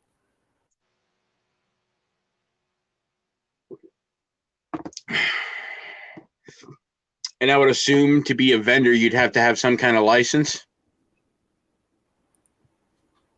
Yeah, I've got my open British Columbia miner's license. Oh, nice. You do need a license to mine out here, seriously. If you're just even going to go fuck around with a backpack, if you're going to take a backpack out and a pan and a shovel and just fuck around in the creeks, you need what's called an open miner's license. Otherwise, if you get caught, man, wow, yeah, don't play that game. Oh, really? God damn. They'll come down on you. Oh shit, yeah, they'll put you in jail. Bricks. Dude, they're really happy to put you in jail here in Canada. You fuck up for any reason. You say the wrong words. Question the Holocaust. You're going to jail. Say that a man that claims he's a woman is not a woman. You're going to jail. Oh, I'm sure we've listened to enough and watched enough Steven Crowder to know that. You get put in front of a fucking human rights tribunal and you just get the fucking riot act. Fucking, what was his name? Peterson. That college Jordan professor. Peterson, Jordan Peterson. Yeah, got all fucked up out of the Title IX or whatever of Canada. Oh, I wouldn't be surprised if they want to just throw his ass in prison and throw away the key. I wouldn't be at all surprised. That poor bastard. I'd be like, dude, immigrate to the United States. Same with you, Durant. Or, wow, nobody. I know you love it up there. But, hey, you move just a little south to, like, Montana or something like that. It's practically the same goddamn climate. Montana, the Dakotas. I don't think you need to realize. No. You're wrong.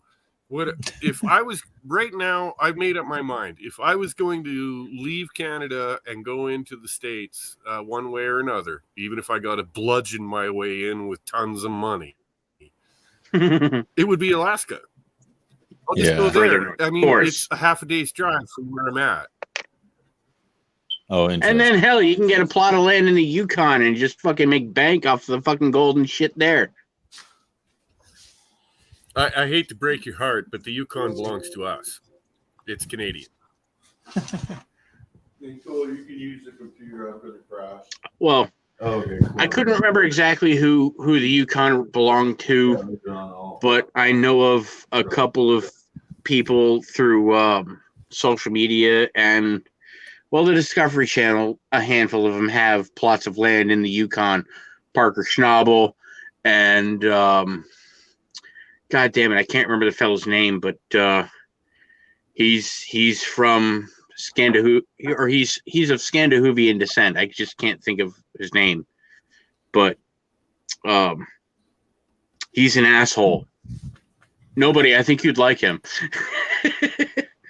It sounds like a guy I know in the Yukon. His name is Lars Muller, and he's a complete asshole. But Is he a gold miner? He's my kind of guy. Yep. Got a couple kids, does he? About my age, maybe? Yeah, I seem to think, as I recall, he's around my age. He's in his 50s, pushing 60. Might be the same guy. I found out about him through that Discovery Channel show, Gold Rush. Oh, yeah. Those guys came down here, man. I've actually had them come and talk to me. You know, Really? They want to film my daily routine and what I'm doing and what my workers are doing. And I kind of looked at them and went, fuck you. Dude, fucking do it. I don't need your stinking fucking money. And I sure as hell don't want to be on your stinking fucking show. Come on, man. Come on. Where's your sense of adventure? That's funny. But Don't do anything you don't want to do. Right.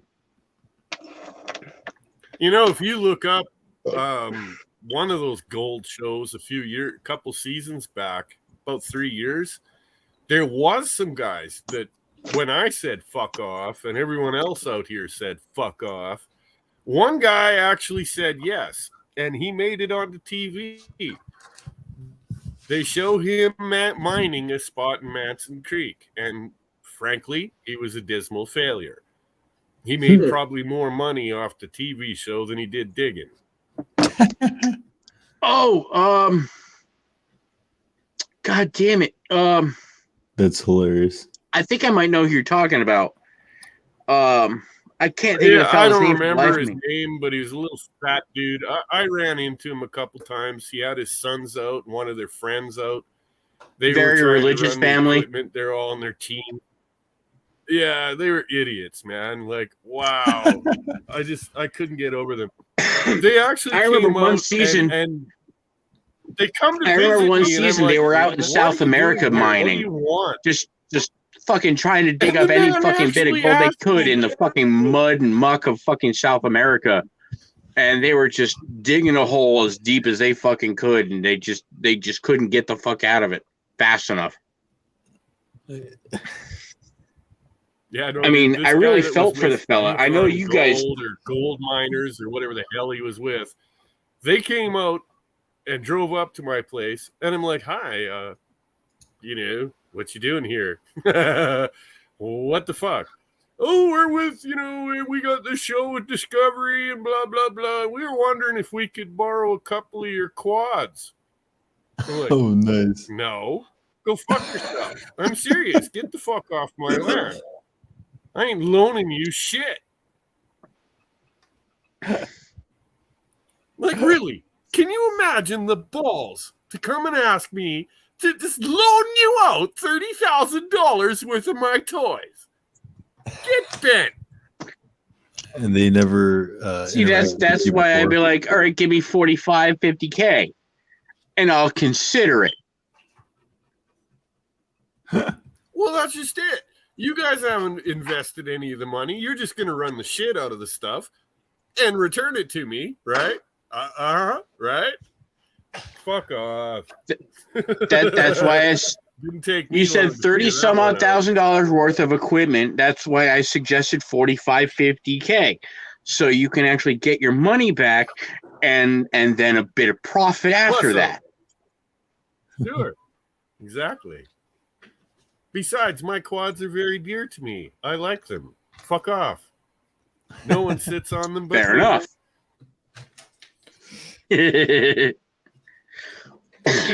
I would seriously like to go up there and meet with you and hang out. Maybe have you show me the ropes as far as like gold mining and shit. But the problem is all this COVID bullshit and the whole needing of a passport and all that bullshit. It kind of shoots me in the foot because I don't want to have to deal with that shit. I just want to be able to go over the fucking border. Like, hey, I'm just gonna go see a friend. Okay, hey, how you doing, eh? And be off on my way. But no, you can't now. And it pisses me off. Yeah, what are the regulations now for entering Canada? Well, right now, you do have to have the shot or you cannot come in. Number 2, much like your nation, if you have what's hilarious is if you have a criminal record, just as a guy that from the States that wants to come up and visit, they won't let you in. But if you're an immigrant escaping from the United States and sneaking into Canada, and you run up to the cops and go, "Yeah, I'm an immigrant. I'm an illegal, and I'm a whatever," you're in. You don't need the shot. You don't need fuck all. You know what? You don't even. The sad part is you can have a big old criminal record. They don't care. You're in. Oh and that's God. the shit that raises my blood pressure. Nobody. What just kills me? Yeah, you can't come and visit me, and I can't visit you. But these fuckers can cross the border all they want. No problemo. And it's statistically astounding to me that these assholes managed to get from probably South America through Mexico into Texas and then across the entire United States up to Canada without being detected. Like, are you fucking serious?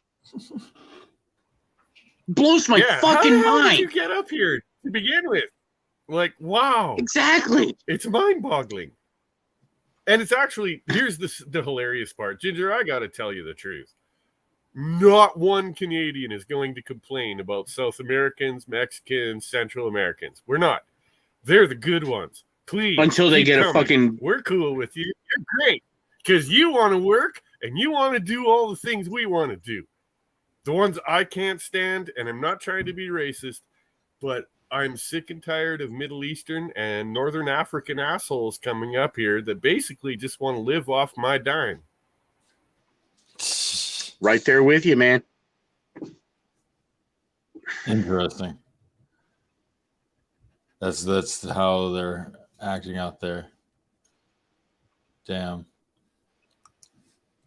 And in LA, a lot of people are like a lot of workers, then it's just a lot of different almost anybody can just come here and like just start collecting or start being put in a home even. Like after a while, you get put on a list. You get all sorts of government benefits, especially if you're illegal. Especially in LA, it's a fucking a sanctuary city or whatever. It's where they won't do anything, even if you like murder people. It's like they're not gonna look you up. Dude, you got to get out of that fucking state, man. Start pounding on fucking Neebs Gaming's door. Nobody. I don't know if you were aware of this, but I was pretty much vouching for this knucklehead on Neebs Gaming's YouTube or Twitch live stream the other night, and I'm like, hey, all right. So I follow Neebs Gaming on YouTube, and they had posted their little podcast that they do, and they're looking for animators right now for a series that they've been doing since Machinima was a thing. I don't know if y'all have ever heard of this series called Battlefield Friends. Yeah, I saw the videos you sent me. That's the group. That's the thing that they're looking for people for, animators for. Well, here's the thing. It's cool, you know, but if they hit me up, that's cool. I emailed them already. Yep. We'll see. But I'm not super interested in general because honestly, I've been basically working on a movie for 12 years and I never fucking really like made it happen, you know. Right.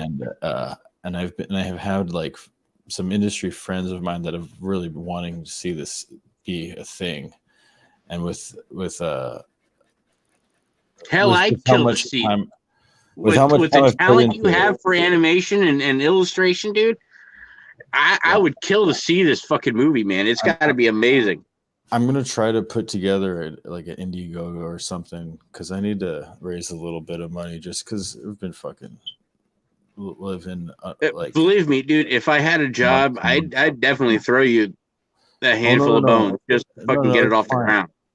But that's the thing. It's like because I have so much like interested parties. I'm just trying to get this weekend to like really release a trailer because this thing is like really fun and extensive. But the thing is like I just gotta be able to pay rent on fucking time every month, you know. Well, and yeah, but I've got all the tools I need to make the movie. You know, I got the computer, I got the fucking 3D software, and I'm fucking in it, you know. But the thing you need any is, voice actors? I'd be down. I want to get everybody in it, you know, with some sort of voice acting as an alien or something. Different character. Hell yeah. But what I'm gonna do is for the Indiegogos, I'm gonna release vinyls. So like they'll be like hand painted covers, and then you donate a certain amount and you'll get a vinyl sent to you. And fuck yeah, man. That's awesome. I really want to put out like a movie that's a musical and it's on vinyl because I fucking love vinyl. And you gotta. Oh man. So I wish I had it on me. It's downstairs in the basement. It's just too much of a bitch to get to right now. But the one thing of vinyl I have is the soundtrack to Fallout 4. And the whole reason I don't play it is one, I need a freaking record player, and two, I want to get a second copy of it. So I can at least have that one at least mint in the event somehow miraculously this vinyl becomes just fucking insanely cool fucking valuable. I have two kick-ass 1980s stereos. The one I use nice. myself. It's my Bang All the beautiful component stereos and shit. Hell yeah. I have a sitting in storage. I have a Pioneer / Bose / Akai turntable, dual cassette deck, amplifier with receiver and speaker that I'm not using. Awesome.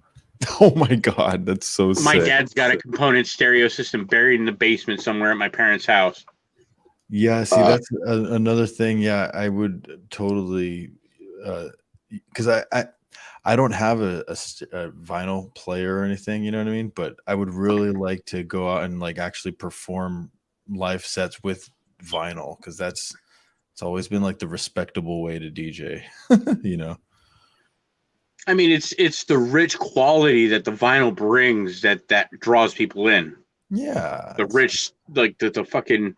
Also, it shows that you put a lot of like effort into like, okay, I finished these songs and I mastered them and I fucking released them. You know, here you go. Yes, check it out. It's it brings some sort of legitimacy to what you're doing. I feel. Yes, because everything's digital now and it's easy to do, but it's cool. Digital music is soulless. Yeah, I guess. I don't think so completely. See, I come from a specific era where I don't relate to punk rock or hip hop or, you know, any of that. I was into like hardcore Game Boy music and I was a nerd to everybody. No one thought I was fucking cool, you know, at that time because it was like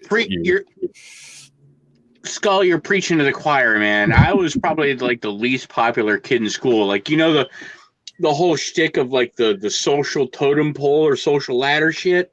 Uh-huh. I was the dirt underneath the foundation. That's how popular I was.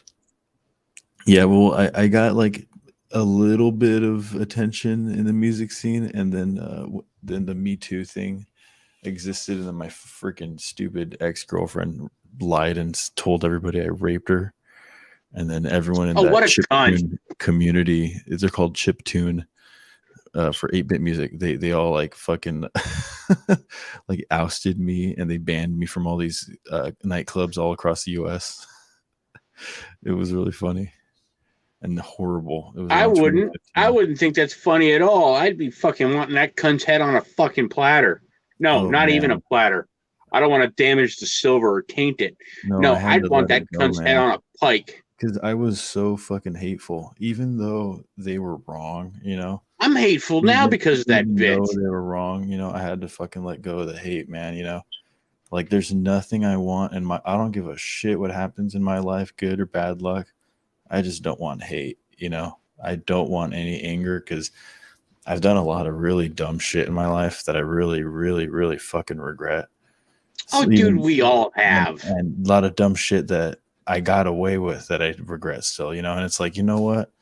I need to fucking just be peaceful, you know. Fucking being peaceful, I feel, really is just the best way. And I just wish that the people who Yeah. fucked me over are happy, you know, with whatever So- they're doing.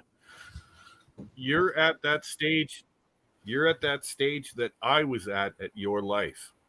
Aw, I had decided that jeez. I no longer wanted any hate or ignorance or bullshit in my life, and I tried to do my best.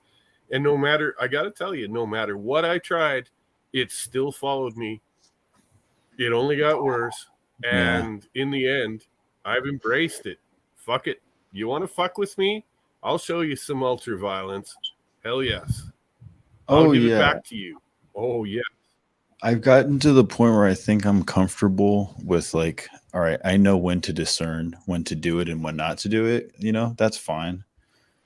But definitely I'm not trying to feed my ego or get attention for shit, you know what I mean? Because it's Can I just like, recite something for you fellas all right of now? it's connected, you know. Well, actually, cool. If you do it right, nobody knows you did it. That's the point. Hey, fellas, could I recite something for you right now? Yeah. Peace is a lie. There is only passion. Through passion, I gain strength. Through strength, I gain power. Through power, I gain victory. Through victory, my chains are broken. Mm-hmm.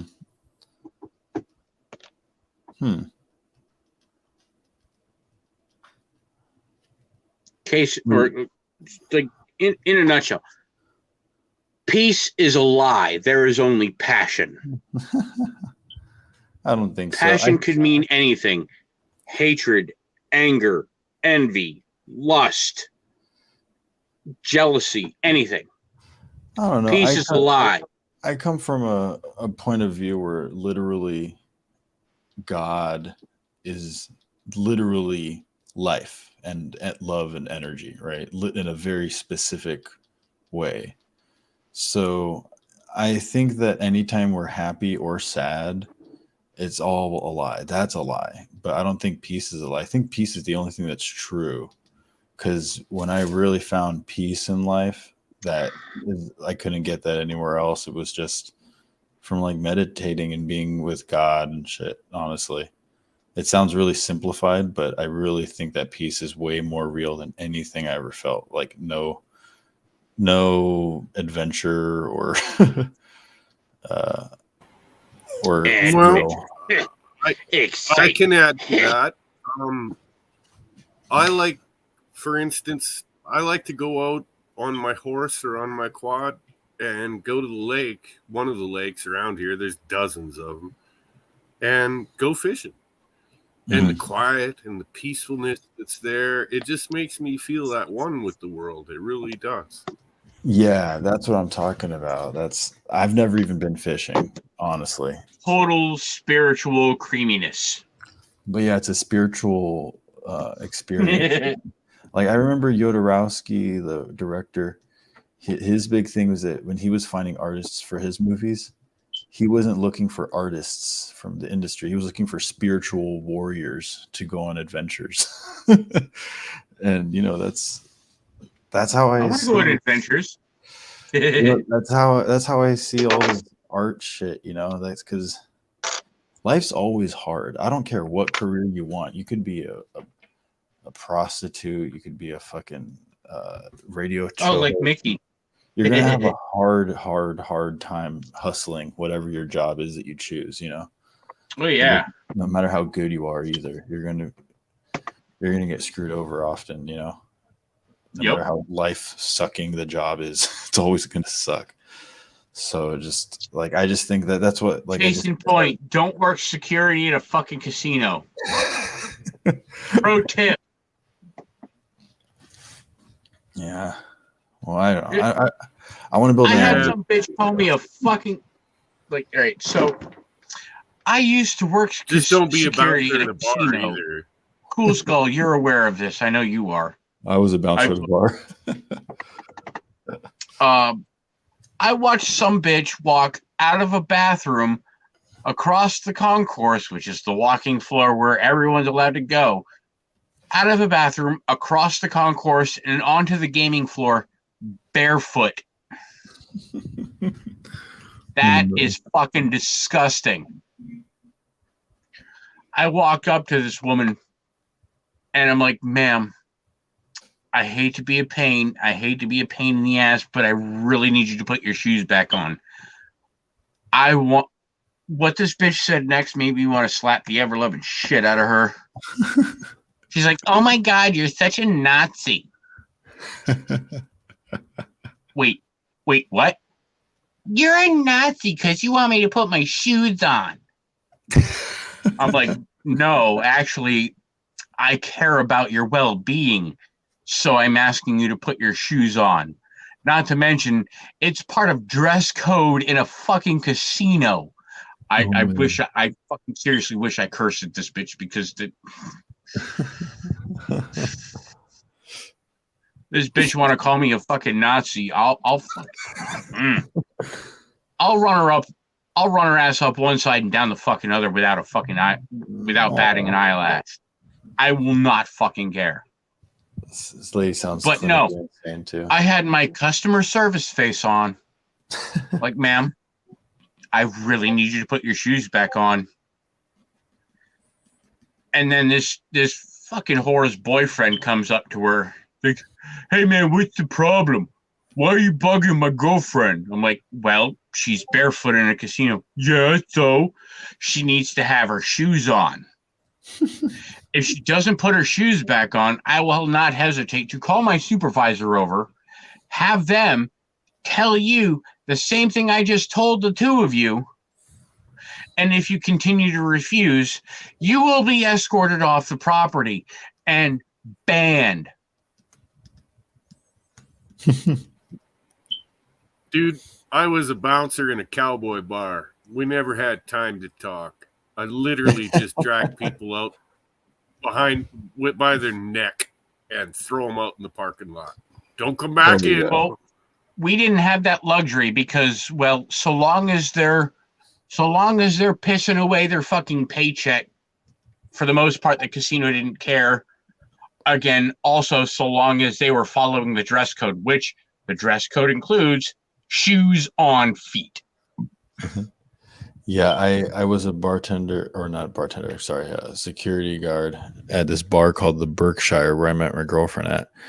And these dudes were all gangsters and shit. They were all trying to claim Crip and blood and blah, blah, blah every night. Like, get over yourselves, guys. Like, just pay me extra money. I'll make sure you're safe.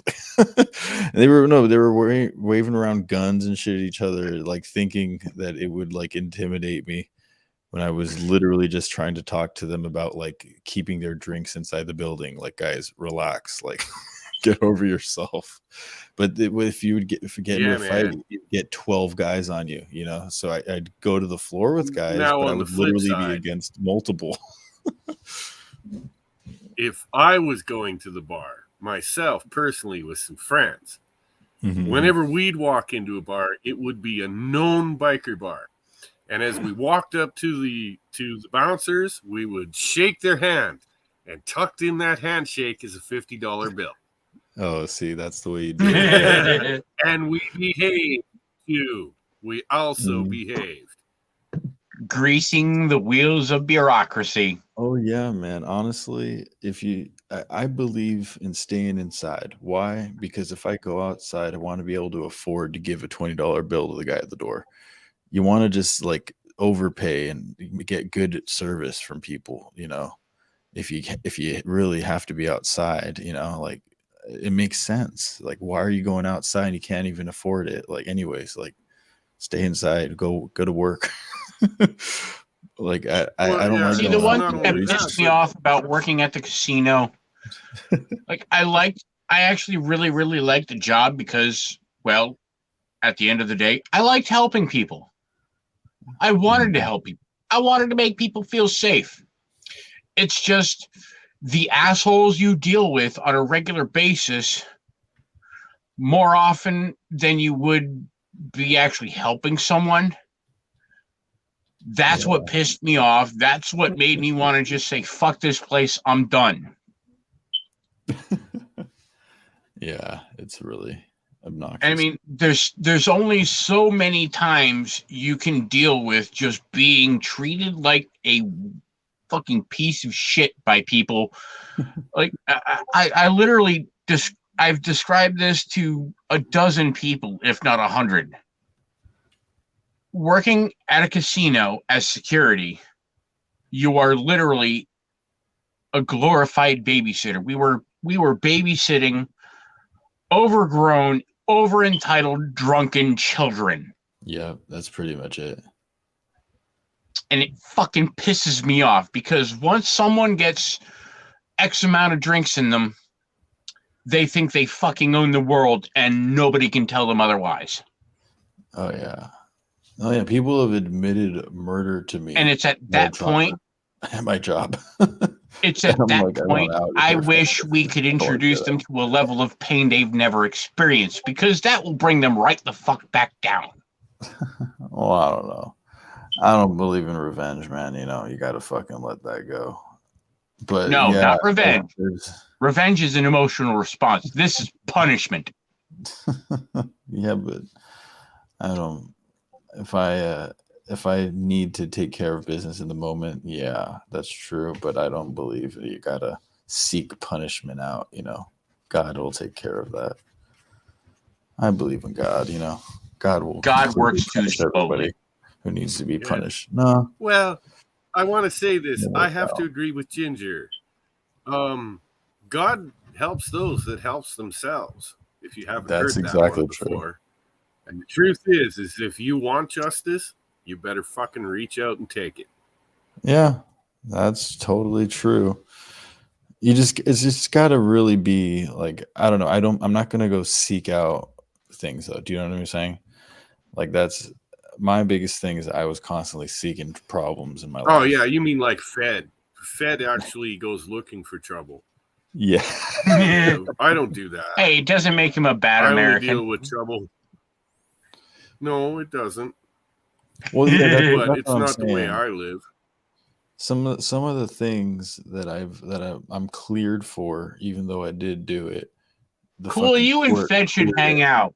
But it's because in the real life, what happened was that I fucking was standing up for myself in that moment. Do you know what I mean? It wasn't ever something that I was like just trying to randomly take out my emotional anguish on. It was someone that was fucking being weird and crazy, you know, and it comes out, you know, and it's not, and you have to protect yourself and take care of what's going on, you know. Cool. And I don't know if you heard me at all, but I honestly, because you guys live in the same general ballpark of areas, I think you and Fed should hang out. Oh yeah, me and Fed. Yeah. I gotta meet him one day. Just go out, the two of you, get shit faced, and just paint the whole town red. Well, I don't really get shit faced. I don't really drink alcohol. But... No, don't paint the town red with fucking Fed, because it won't be paint. So that's funny. All right, so here's something cool, Skull. Maybe you'll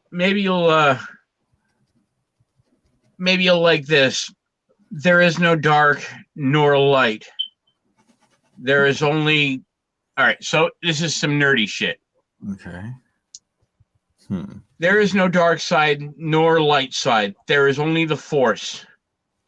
I will do what I must to keep the balance. The balance is what keeps me together. There is no good without evil, but evil must not be allowed to flourish. There is passion yet motion, serenity yet peace, chaos yet order. I am the wielder of the flame, the protector of balance. I am the holder of the torch, lighting the way. I am the keeper of the flame, soldier of balance. I am a guardian of balance. I am a gray Jedi. Oh, a Jedi. And who as I said, it's a bit nerdy. That's not. Yeah, that's tight. If we're gonna get a bit nerdy, I would be more likely described as a Sith Lord. I do for me. I can get down with that. Piece of shit. I only look out for me. I honest to God, I will trample over people to get what I want. I would classify myself as a dark gray, leaning, of course, towards dark side, but still gray. I have an I would be somewhere in the ballpark of Frank Castle, where I would do horrible things to horrible people, but for good reason. I have an entire theology cool. written out. You're probably about to say something. Slime. Yeah, I'm betting you I can sum things up nicely for you guys. You know what I don't like? I don't like predators.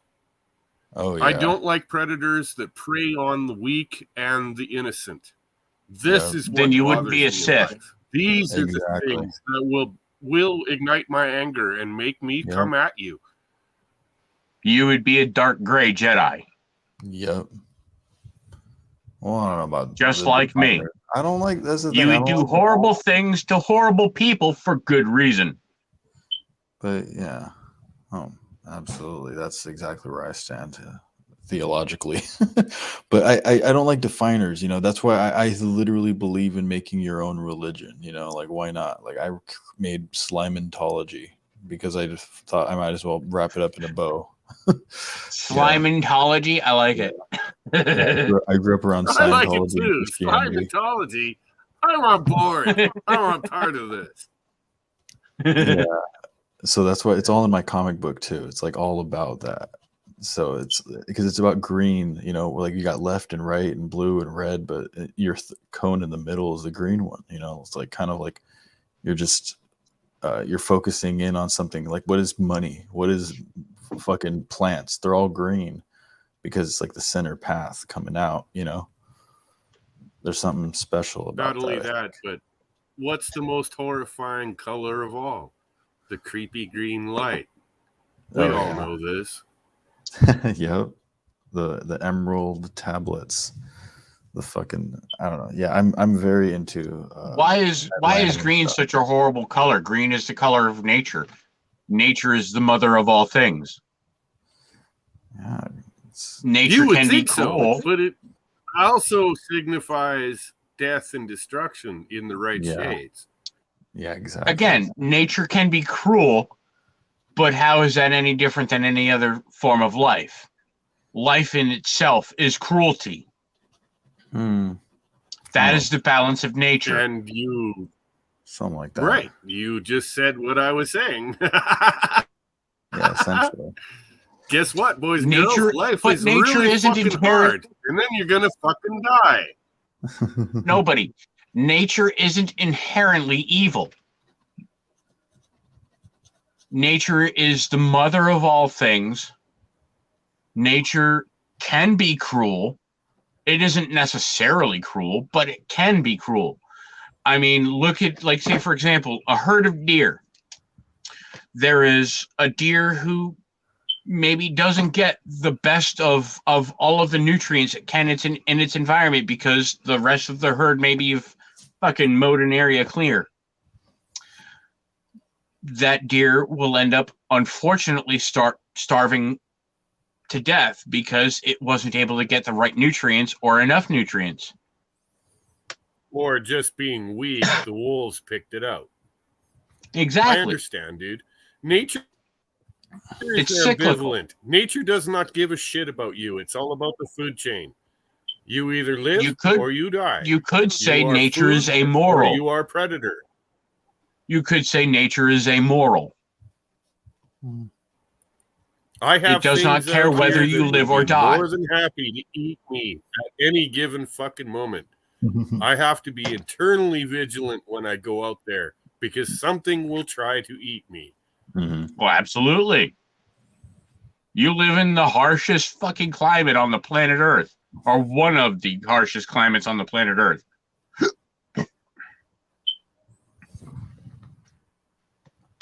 Yeah, You have, like you said, you have to be ever vigilant because at any point in time, a predator could come out of East Bumfuck nowhere and just fuck your shit up, and then you're just bleeding out. And same to you. You're just literally out in the Middle East, bumfuck nowhere, bleeding out, and then there's this predator just kind of looming over you, like, your dinner. It's a nice image. Well, that's the reality of it, dude. Yeah. Well, I've known some older folks out here that have gotten kind of complacent about things. You know, they hadn't had any. That's unfortunate. In years. The one old guy walked out. He's 76 years old. This happened just 2 years ago. He walks out into his backyard because he's been drinking moonshine with his friends. He's having a leak. He got ripped to shreds by 6 wolves before his friends could get out there and start shooting him. Oh, Jesus. God damn. Holy shit. Drink to that poor guy. Wolves. What the fuck? Yeah, that's fucked. Yeah, man. One of many reasons I don't want to live up there, nobody. Because that would be my luck. I love the sauce. Yeah. Here's another one, Ginger. This does not involve death. But I was out for a cruise one afternoon, and I'm driving a 2006 Ford that's seriously lifted. Okay? I've got 44s on this thing. It's a big truck. I go way up a mountain, and I am hunting a grizzly with a camera. Not a gun, a camera. I wanted to catch a photo of this bugger, and I got the photo I wanted. When he walked across the front of the truck on all 4 paws, he looked at me across the hood of that lifted truck. Do you understand how big that animal was? Oh my God. That's insane. Hell, I had a fella down in Texas when I was living down there in Corpus Christi. Actually, no, before I moved to Corpus Christi. There was a fella I used to work with at a PVC pipe manufacturing plant in Beeville who swears up and down he came face to face with a fucking chupacabra. Whoa, nice. Yeah, you say that. Nate. No. Tell us more, Ginger. What happened? Well, as he described it, it looked, in his words, like a little niño, a little boy. And this little boy was clad in nothing but a burlap sack. What the fuck? And he came up to it, and all he could see, well, I mean, he could see the kid's whole face and whatnot, but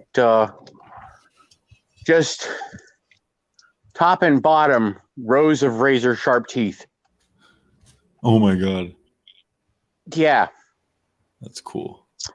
And all right, so he's driving like a full size pickup, and he's a big dude. He's like 6'2", 6'3", Oh shit. like a big burly Mexican fella. Jumped clear over the hood I of got this a fucking story car for because you it was guys on the that- path.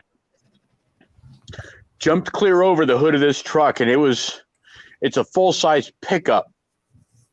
Jumped clear over the hood of this truck, climbed in the driver's seat, and fucked right off. And his buddies were out in the fucking sticks doing boar hunting. Oh god. Yeah, fuck that. He told. I know asked one him. too. This is not my story. This story is actually from a guy who's been dead for about a decade. Oh But jeez. he worked in the oil field in northern Alberta, and he told me about this story where he had gotten some alarms from a well site. So he drove out there because that's his job to check out what was wrong. He restarted the engine and the pump jacks started going again and everything was fine. And he said, when I went to leave, he said, I felt like someone was watching me. But when I went to leave and I fired up the truck and turned on the lights. Now, imagine, guys, this is in the 70s, old school pickups, right? Oh nice. He Yeah. said, as the headlights came by the grass, I saw a bunch of little dudes with big round heads staring at me. Whoa. Whoa, that's fucking tight. What was staring at him? Little dudes. Bunch with of big little round alien heads. dudes. Oh, Oh, that's damn. Said it's, and look, this is a man that I personally knew and trusted. This is not a liar. This is not a man that bended the truth. That's insane. I was That's shocked so sick. when he told me that. I'm like, really, dude? Wow. Damn. Yeah, I would have noped right the fuck out of there. That's amazing. He did. He said, I asked him, what'd you do? And he said, I pinned the throttle and drove the fuck out of there as quick as I could. Fuck it. Fuck yeah. I don't need to be a statistic. I'm good. And then it's like, no thanks. I choose life. I wonder if I'd be afraid. Maybe. I don't Fuck think that. so, but I don't Yeah, think I would be I afraid. have to but admit, I probably. wonder too, cool. Should I run into something that is clearly otherworldly?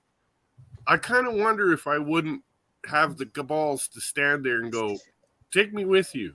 I Yeah, wanna see that's it. what I'm saying. I'm actually genuinely interested. I'd be a little curious. Yeah, But and I mean, if I felt they may have had some malicious intent, yeah, no, I'd be getting the fuck right the hell out of there. Not that it would have ever. Again, this is where my tongue stops working. Not that I would have been able to get the fuck out of there, considering if they're able to cross fucking dimensions and fucking star systems at a blink of an eye, I really don't think I would have been able to get away. But Well, what's Ginger, up, Pith Crew? this is way before your time, but you can look it up on YouTube and other sites.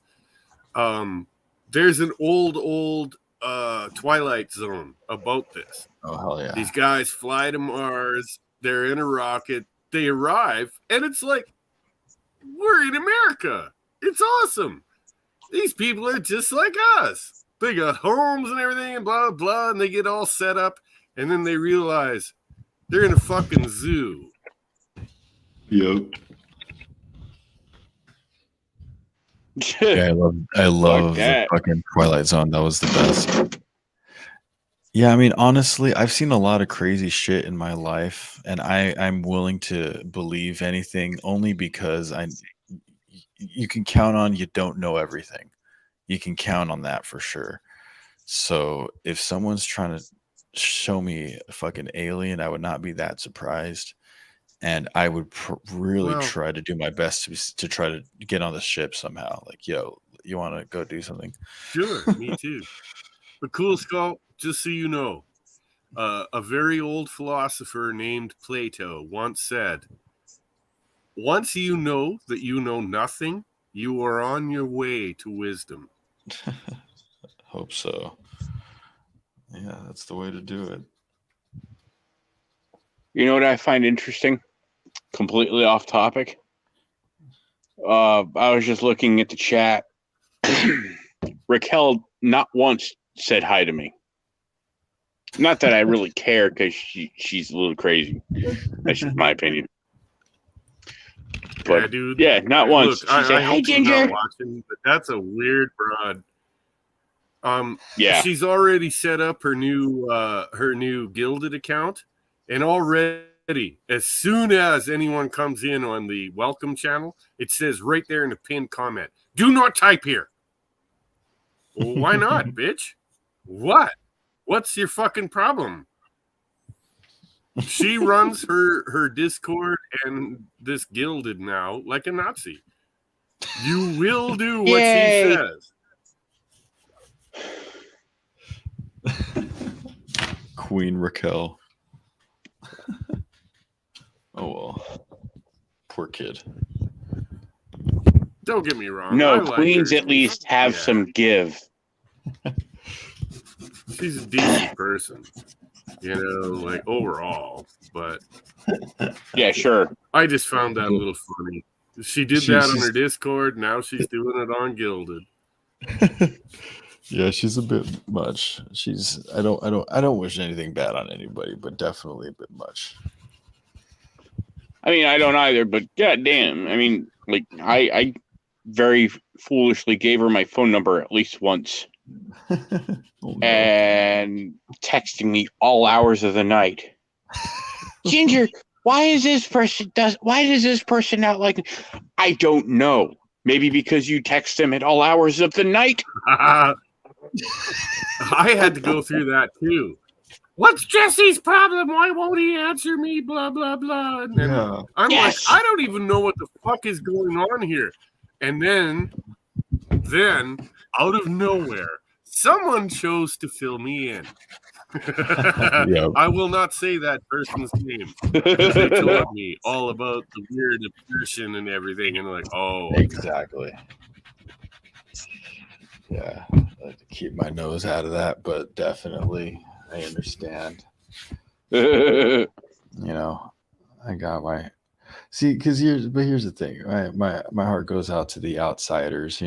Shit. It's hard when you're fucking going crazy. It really is. I get it. I agree. When when you're not part of the whole thing, it's kind of tough to carry on. Exactly. Oh my God, that's beautiful, dude. Hey, fellas, I put something in the private chat. Let me see.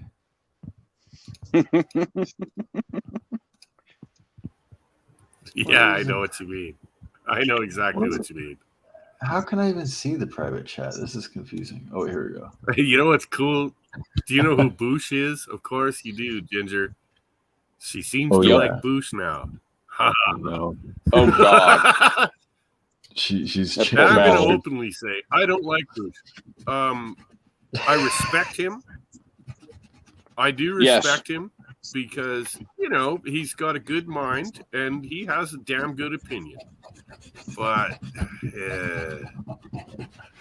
don't go spiking off about how fucking smart you are about war when you've never been there, you son of a bitch. I've never been in war, but I know how war works, and war is fucking ugly. That should be given, though. Yeah. Yeah, war is horrifying. You have no idea. But yeah, the world's a dark place. It's Why sick lie? And it's twisted.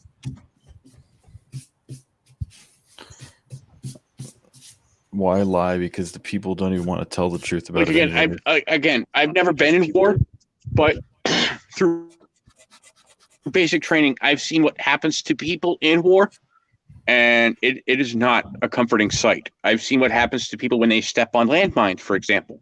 That was part of basic training. Y'all ever hear of these things called toe poppers? Toe poppers, nah. Oh yeah. It's an anti-personnel mine. Did you guys get to play with paintballs?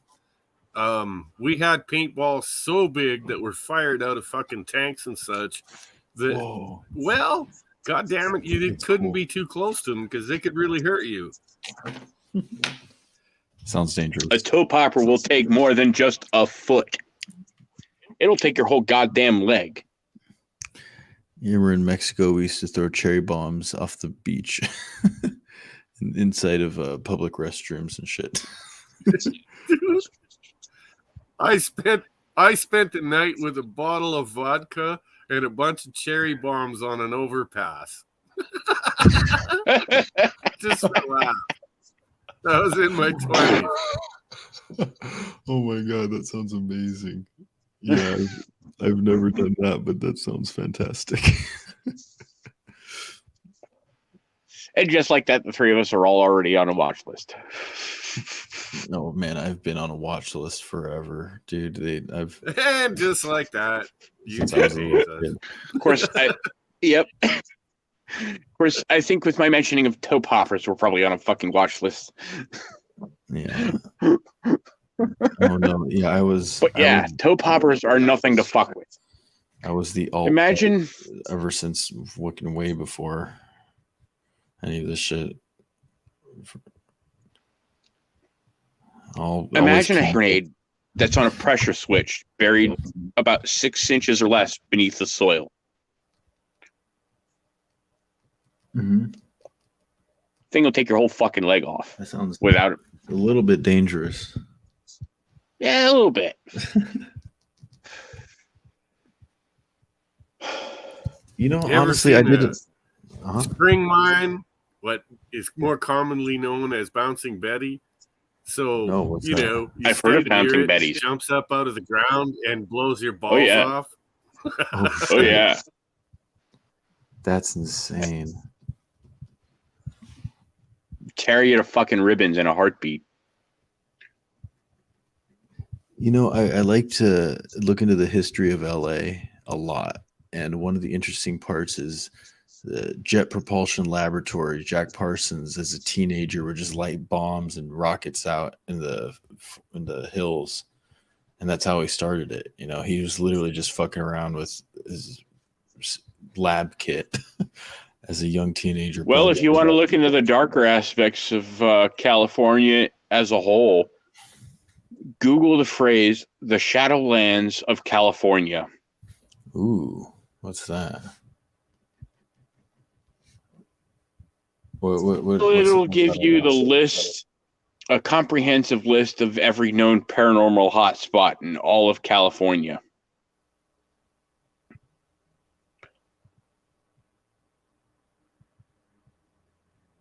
Oh shit. That sounds crazy. There's one for every fucking state in the union and even every province in Canada.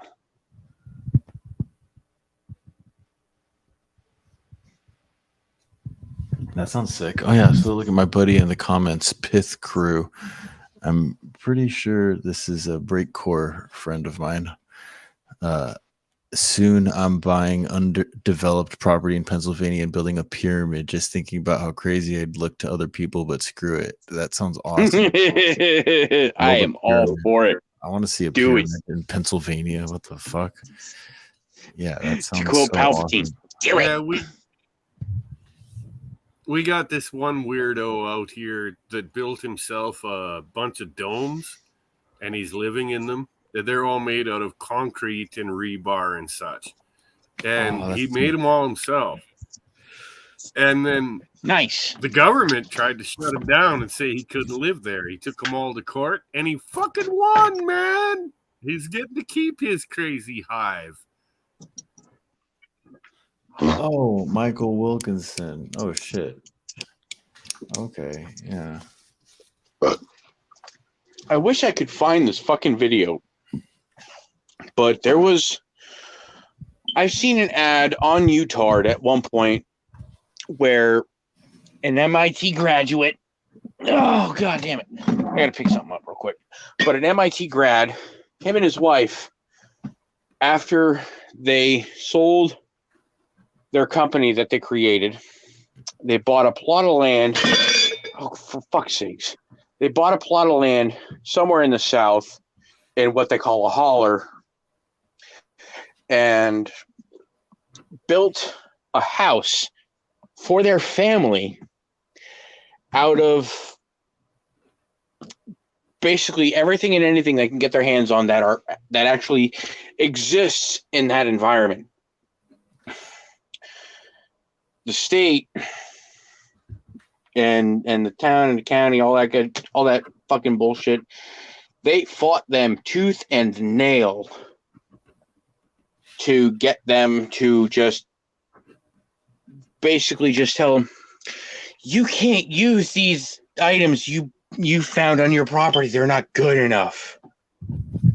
And so this fella, again, MIT graduate, he has I think a master's in engineering. And he bought a house, or built a house out of holy shit, fucking stone and wood and pretty much anything he could find on the plot of land that they bought off of his wife's family. The house itself, the base structure, the way he had it built, or the way he built it, it's holding its own self up by its own weight. He's just that good. I mean, there's very few nails, screws, or anything like that holding the house together. The only thing holding the house together is the pressure from its own weight. Oh dang! So this is just skill with like jigs and fucking notches and all kinds of crazy shit that carpenters would know.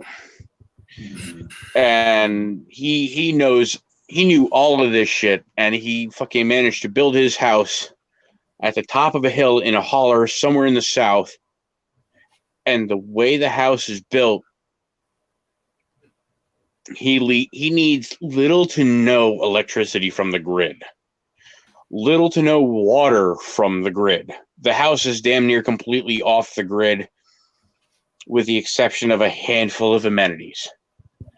And yeah, the state and his whole county, like the fucking bureaucrats from his county, were fucking fighting him tooth and nail to tell him, no, you can't fucking do this. These resources aren't good enough to build your fucking house. And he fought them again tooth and nail and won.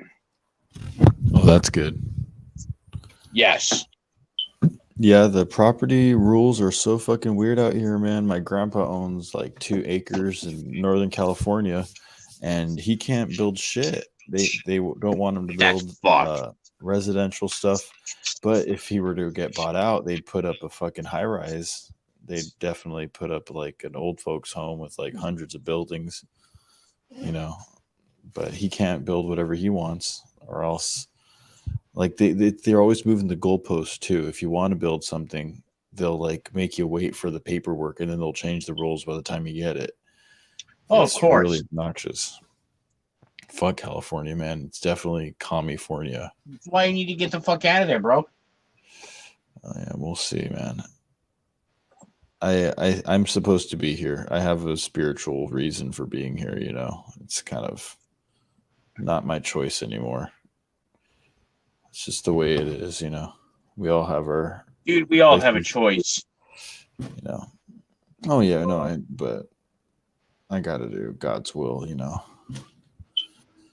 Gotta just figure this out. To be honest, in my opinion, God's will be damned. Oh. I guess. I mean, it's great you think you have a higher purpose for being there, dude, but I mean,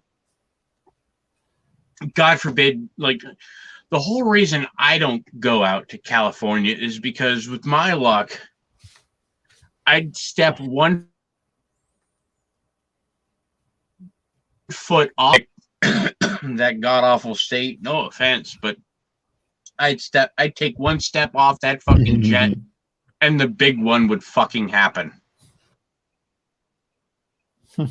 That's my luck. Oh no. Oh yes. Well, you got to realize the buildings are so reinforced that we just had a fucking huge ass earthquake recently and nothing happened. Like all the buildings are reinforced. It's really surprisingly safe. But let's see those buildings withstand a 9.8 earthquake. Here's the thing, though: the fucking place is run almost exclusively on child sex trafficking.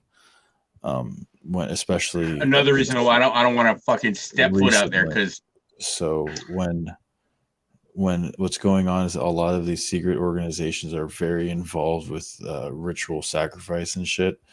But honestly, you don't realize, and nobody really realizes, is that in 2000 and I think around 18, a lot of people were being arrested. A lot of these companies were firing heads of the industry because of these sealed indictments. That was literally happening. You know, people were losing their internships because their bosses were just going to jail and was getting hushed up. So in 2020, when the BLM riots happened, people that left LA, mass exodus, they were a bunch of fucking interns that just recently lost their job and had no prospects. So they went back home. So a lot of the population of all the people that were making California fucked up were the people that left. And a lot of the people that stayed in California are a bunch of logical Republicans who are landowners. And I really think that California is in the market for a fucking change of regime coming up in the next year or two. Because this is. But the problem is the only way you're going to get that change is through violence. I wouldn't doubt it. I really wouldn't doubt it, honestly. I hope not, but I really wouldn't doubt it. And I would be down. I would be absolutely down. But there's a lot of everybody's armed here, you know, on both sides. I have a friend who is just adamantly against a civil war and thinks that there are nothing against her, but she thinks that there are ways to affect change without civil war. And I'm like, yeah, at this point, with the amount of people in power and the fucking goals that these assholes have, there is no other way around it. There must be blood.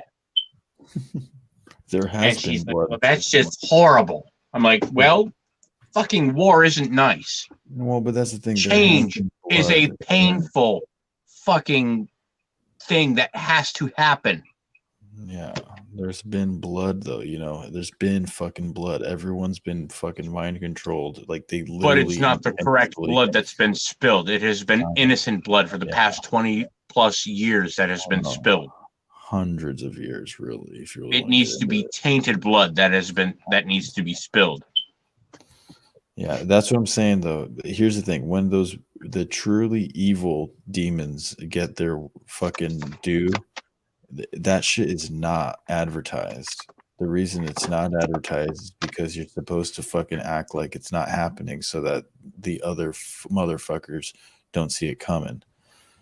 I honestly believe that a punishment is coming, and it has been being in this process of being delivered. It's not going to be on TV because CNN's fucking trying to save their ass. Oh yeah. Like what the fuck happened? CNN's a fucking Maxwell? Part of it. Yeah, what happened with Ghislaine Maxwell? Fucking that shit. Nobody analyzed that like to an extensive degree, but that's been going on, and it seems like no one's acting like it's a big deal. But there's shit in the process. I think people are going to get punished. I really do think so. Absolutely. I hope so. Because a lot of the mind control programs were set up here in California, you know. That's what JP Albright was telling you. Well, motherfucker, Jack Parsons and a little guy named L. Ron Hubbard, they practiced. Hey, I know that name. A good deal of black magic rituals and the the Babylon working, they explained how they had a fucking sex orgy and tried to open up a portal to hell with the fucking that whatever redheaded girl out in Pasadena, and it was like Why all she gotta be ginger? Well, yeah, because the whore of Babylon is a redhead. I'm offended. Yeah, gingers don't have souls. Didn't you know that? No, but I think he's talking about Chucky, the press secretary. Chucky, the press secretary. Oh no, actually, she was an artist. The girl that was in the orgy. What the fuck was her name? Babylon.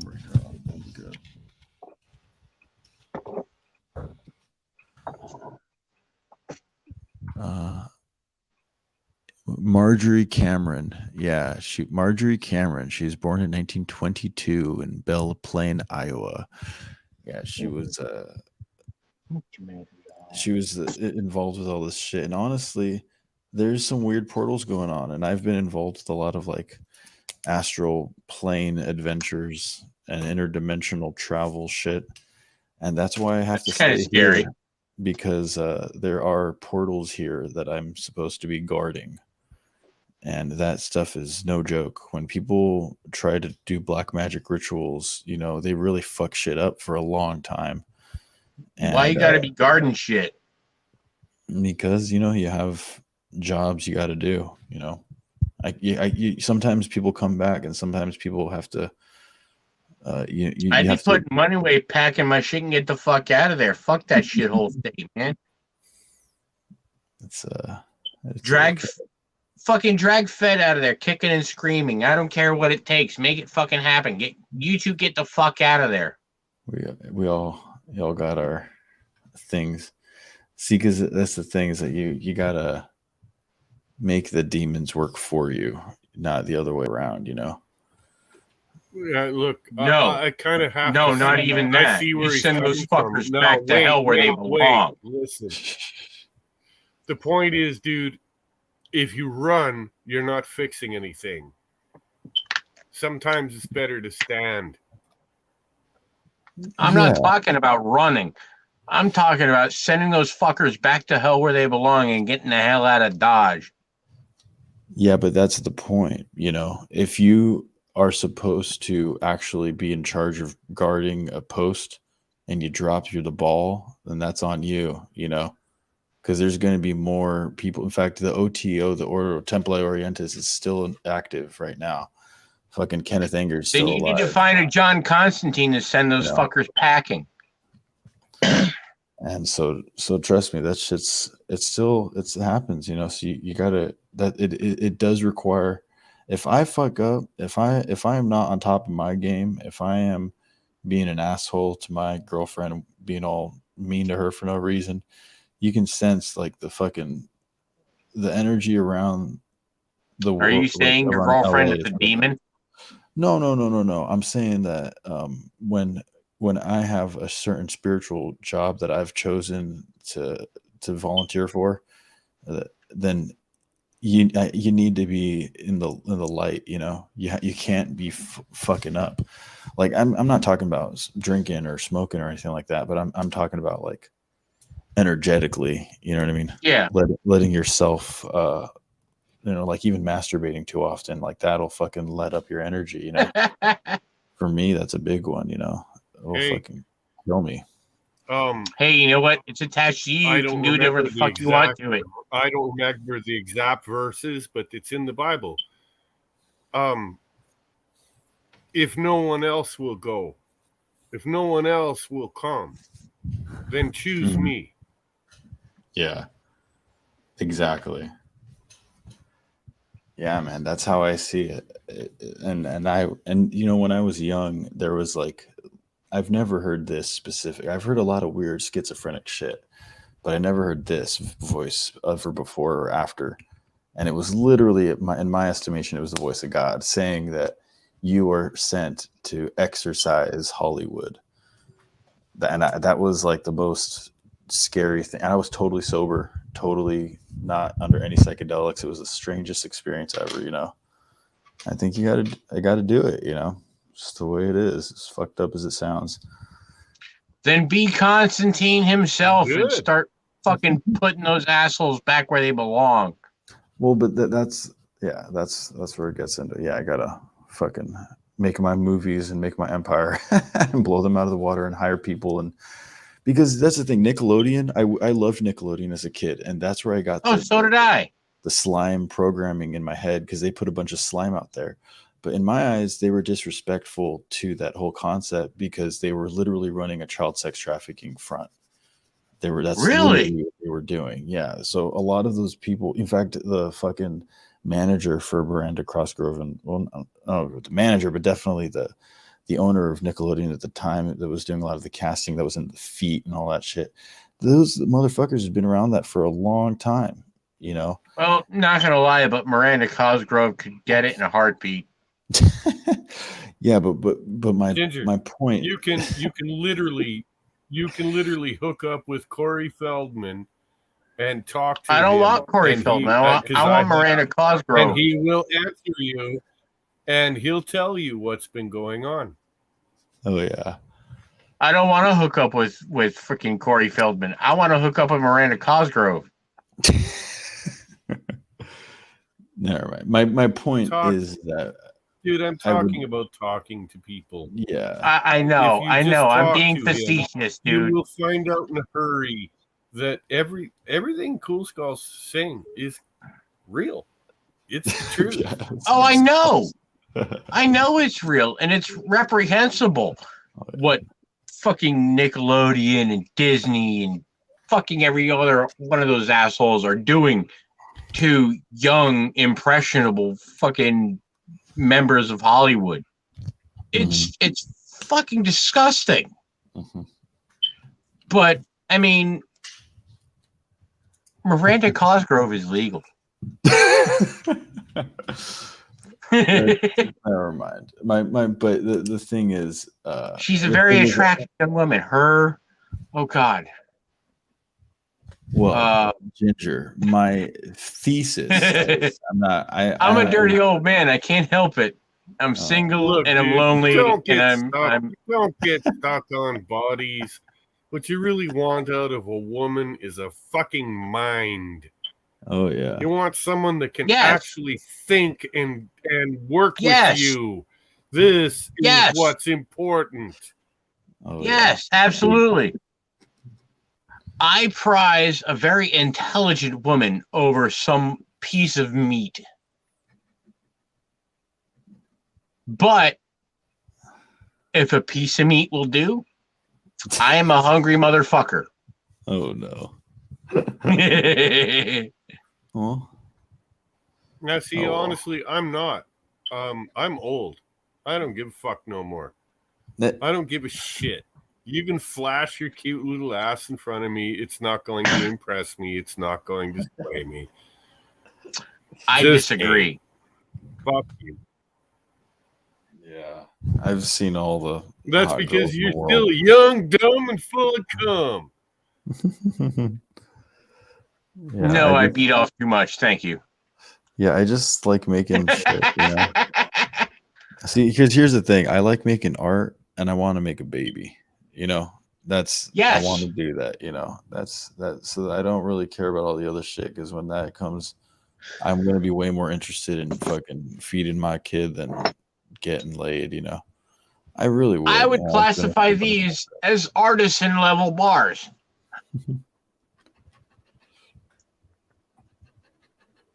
You know, it's just I also, dude, I got to admit, I wanted to breed. There was some reason for it. I don't know. My dick told me we had to do it when I was younger. And I ended up with 2 daughters and a son between 2 different women. And oh my God, I'm telling you, it's 20 years down the road, they're grown. They're in their 30s, and they're still asking me for advice. They're still asking me for money. It's just, wow, it never ends. That's funny. Yeah. It's so you would vote against it? Oh no, absolutely not. I love my children with all my heart. They're everything. Everything. They're my entire Oh, world. oh, that's good. There's nothing they couldn't ask me for that I wouldn't give them if I have to. Yeah, see, that's the way I see it, man. Like someone was. I remember a buddy of mine. He was a young dad, and he was like FaceTiming me about how tortured he was because the baby's always up in the middle of the night or something. And I'm like, Welcome to fatherhood. and I'm like, honestly, man, see, an ex girlfriend of mine had an abortion, and I was not into it. But given the situation, I like helped her out, even though it was not what I wanted to happen. And she already told me she wanted to keep it 2 weeks earlier. It was like fucking weird. But so there's nothing I wouldn't give, even with a fucking horrible baby mama. I wish that that kid was still alive. Do you know what I mean? So Absolutely. when I see a kid That that's my was blood, I'm going to take full responsibility and a do my life best. ball of mud we call Dude, home. seriously, you're right. I know it's making light of it, but having a mini me is awesome. Yeah. Yes. I want a mini me. The closest thing I have to a mini me is my eldest nephew, Mm-hmm. who That's cool. sadly is probably the closest thing I have to his son. He's currently 18. Aw. Him and I were hanging out tonight. We went to a local card shop and we played some Magic tonight, and I was happy. We got the shit kicked out of us by another couple of kids who were fucking the both of them combined. I was still older than the both of them. One of them was 15, the other one was 16. I'm 30 fucking 9, and I got the shit kicked out of me. That's funny. Well, that's You cool. got some free space That's there, Cool Skull. They got to be walking on skulls. Oh, Yes. yeah, you're right. They got to have actual skulls on the floor. Yes, they have to be walking on the fucking corpses of their brothers in arms.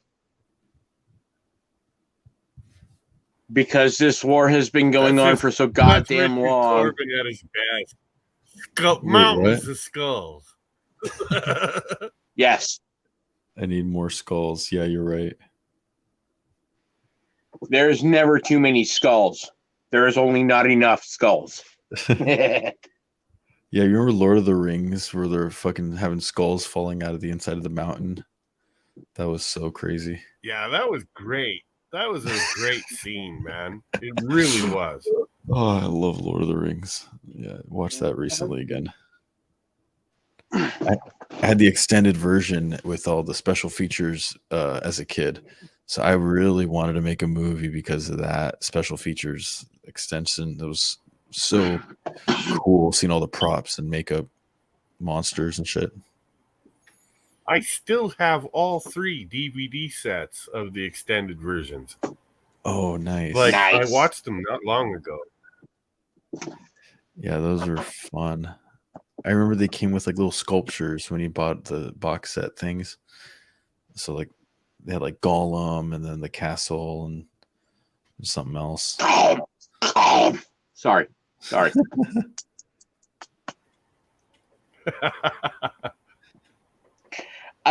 Nobody. I think you saw this the other night on Jesse's stream. Cool Skull. I don't know if you saw this yet. The Ancient Egyptian Book of the Dead. Oh, nice. I have yet to read it. Not fully, anyway. But I'm just thankful this isn't the Ancient Egyptian Book of Life, because the life book is actually the one that brings the dead back to life. Oh, yeah. I would much rather read this book than the one that reanimates the dead. No, dude. It's kind of hard to find. I own it's a hardback novel, but it sure looks like it's done in human skin. And I own a paperback version of the Necronomicon. Oh, Whoa. Dang. Necronomicon. Yeah, that's some fucked shit. It's the real deal right yeah, there. but paperback Necronomicon, nah, you got to have the human skin Necronomicon. Yeah. That's where the power lies. The one I got that's all bound up in leather looks rather suspicious. Oh, really? Where'd you get that one? Somewhere. Actually, I hate to admit this, but I bought it off of a Russian oligarch. Oh, I whoa. paid $10,000 for it. It's really old. Damn. Yeah, it's the real deal. That's I amazing. got Ginger. You don't understand. I have a bunch of books that I paid mad money for. Shit, I don't you doubt wouldn't it. believe. Oh, that's really interesting. Yeah. Damn it! I really wish I wasn't using my phone to be in the stream with you guys, because I would look something up right now. Yeah, I want to make like illuminated manuscripts one day. That'd be the shit. Have either of you fellas ever seen the 9 Gates of the Kingdom of Shadows? Johnny No. Depp movie. Mm-mm. No. What's that about? A book of the 9 Gates of the Kingdom of Shadows.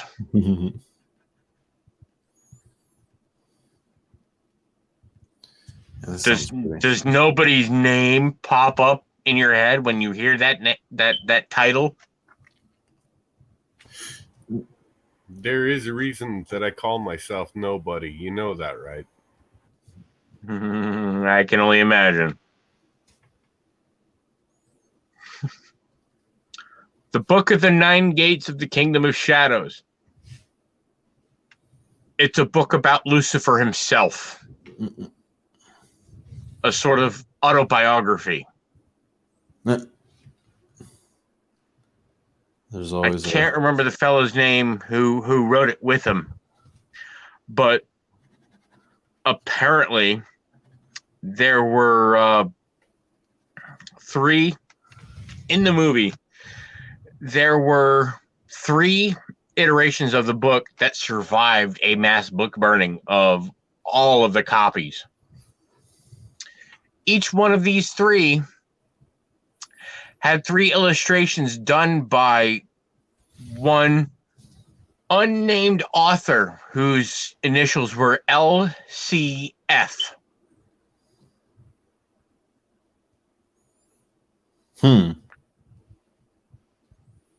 Can you think of no one's name? Yeah. Yeah.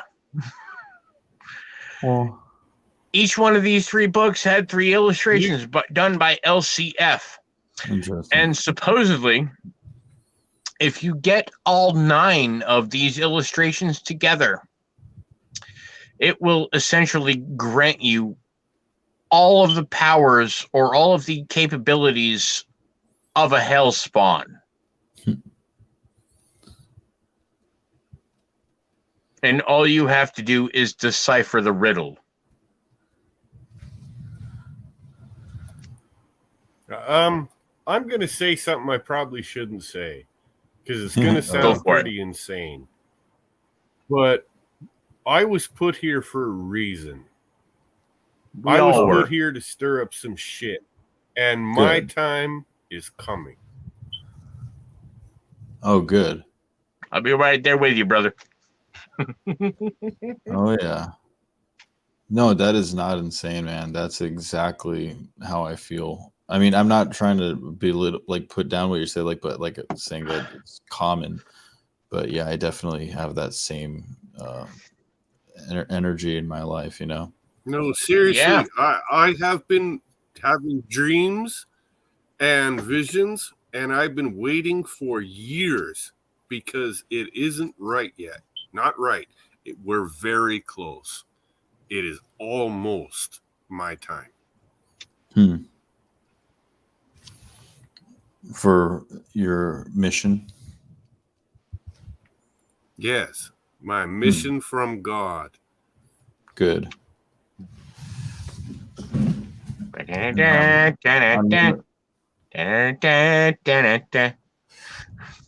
Sorry.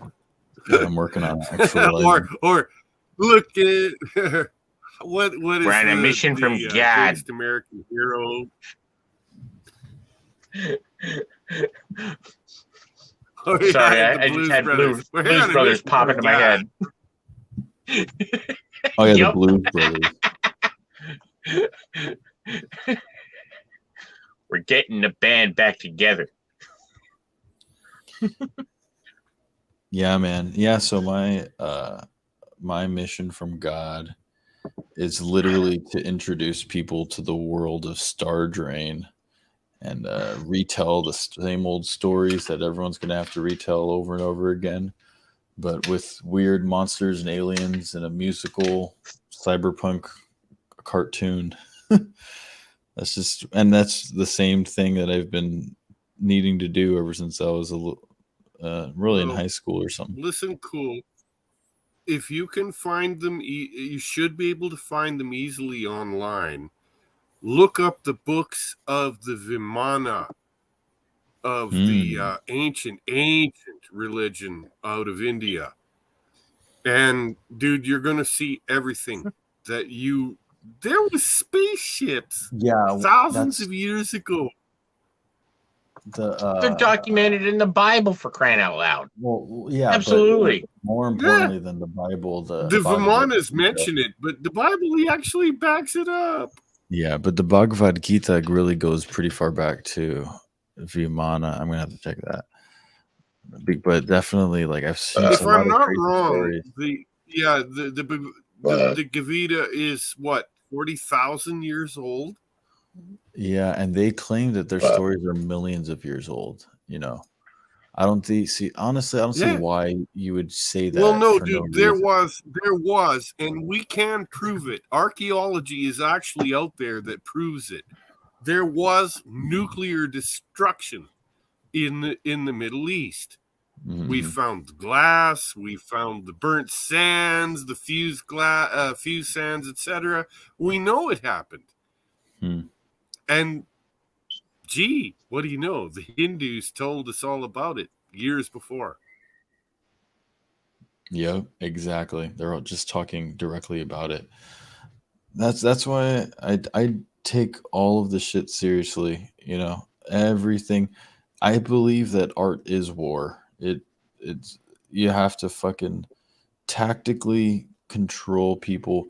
Because here's the thing. People can talk all they want, how they want their freedom, but they will willingly go sign up for all sorts of mind control. They love it. They'll just eat it up.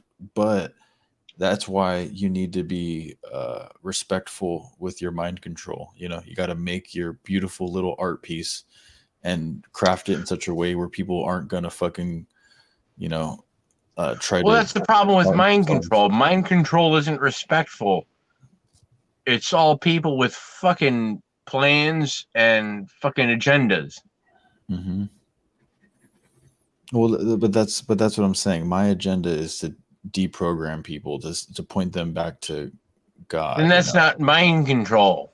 But that's what I'm saying. That is deprogramming. People are definitely seek that out, though, in a way. You know, that's why they love music so much. It's all mind control. It's all the top 40 artists. They're all, by the way, cool sonic symbols.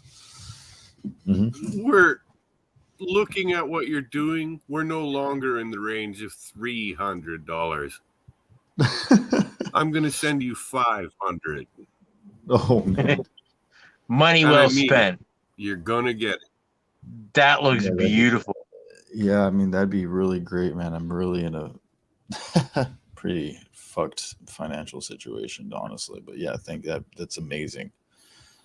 You know, Cool Skull, man. I'm telling you, fucking pound down Neve's Gaming's door, man. They will not fucking shortchange you at all for that work. A fair amount of money for what you've done. Thank you very much, sir. Yeah, that's very fair. I appreciate that. Because I really like I just see. Here's the thing. I'll be honest with you, man. when it comes to the whole idea of take it when you can and be selfish for yourself, I do think you have to do that, right? But here's the thing, the magnetic energy of just doing something very well magnetically pulls people towards respecting that value, you know? And that's why If I I, sent you a video of me drag racing snowmobiles, do you Mhm. think you could draw it? Like Oh, after we're of done course. with this one, can you do me another one? Oh, easy. Yeah, of course. That'd be awesome. Yeah, no problem. Drag racing snowmobiles, that sounds sick. Yeah, I could totally draw that. You thinking black and white, pen on ink like that? Oh yeah, you guys, you need to see my skinny ass on my 1000 triple as I'm launching that bitch to believe it. Fuck yeah, that sounds awesome. Yeah, I want to check that video out. Where you got that on your hard drive or something? Nah, to be honest, I've never filmed it. The film that I had of the old days when I was racing in the 90s when those sleds were brand new were they were done on VHS old machines, you know, those big old cameras. And I've never been able, I've lost all that shit. It's gone. What's funny is even today, my antiques still hold up against the new shit. I can still kick ass on like a brand new Arctic Cat 900 twin because I'm running a 1000 triple. Oh, that's In fucking cool. fact, my open modified sled is bored and stroked to 1400 cubic cc's. Oh shit. And I'm telling you, man, this thing flies. It's fucking nuts. What the fuck? That sounds crazy. Sounds very dangerous. I own a snowmobile that has 327 horsepower measured on a dyno. Holy crap, 327 ponies on a fucking snowmobile. Yeah, That's that's better than most cars on the road. And it's in a sled that only weighs about, I don't know, 750 pounds. God damn, that's nuts. That sounds so fun. I'm telling you, man, when this fucking World War It III is. ends, You guys, you're all like, oh, I couldn't live up there. It's too cold. You don't understand. When it gets cold, we get to have all our fun. That's when it really gets good. that's when the fun starts, is in the winter, huh? Fuck yeah. Yeah, I never really got to play around in snow much as a kid. All right, let's switch to summertime. I've got quads. I used to ride dirt bikes competitively. In the 1980s, I did a little bit of motocross racing. And what did they call that shit? Supercross. I did a little bit of that too. Again, never great at it. I have ruled at snowmobiling though. Here in Western Canada, I am the fastest son of a bitch you'll ever meet. No one can catch me. That's awesome. Sorry, but in the unlikely event we actually get him in here, I actually sent a link to the StreamYard to Johnny Etheridge. Abstro from Neebs Gaming. Okay. Cool. Yeah. That sounds cool. Well, whatever. Yeah. Oh shit! Again, Milton Knowles showed up. I just noticed he's been talking. Yeah, I see. Wait, who did? Milton What? in the comments. Milton Knowles is here. Hey, Milton, what's going on, brother? Milton's just fucking going on. Yeah, you know what, Milton? If you're feeling suicidal, I recommend not doing as much black magic. Yeah, no.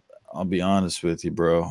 I that shit aggravates it, and I know firsthand. You know, that's not. I worry about Milton too. I like Milton. Yeah, Milton, I that's want you to be safe and I want you to be happy, bro. Milton. Can I Black tell you? magic is not the way to go, brother. I've been literally praying on a drawing I have of you, Milton. I did a drawing of you, and I've been praying on it with my sage during my rituals at night because I don't know what it is, but I just wanted to say you're. I got some good feelings for you, man. I hope you're okay. Take care. Yes. Be safe. Scored.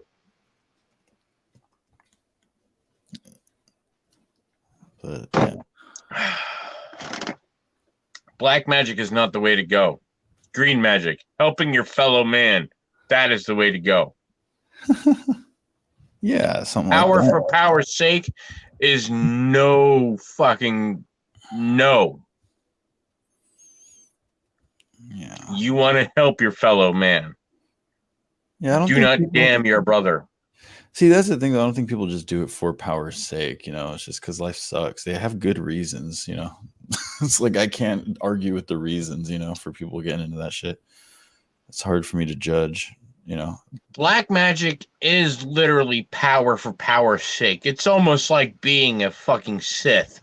Oh yeah, it is. Yeah, that's the way it is. That is no way to live any life. Well, it's not life; it's death. That's the point. Exactly.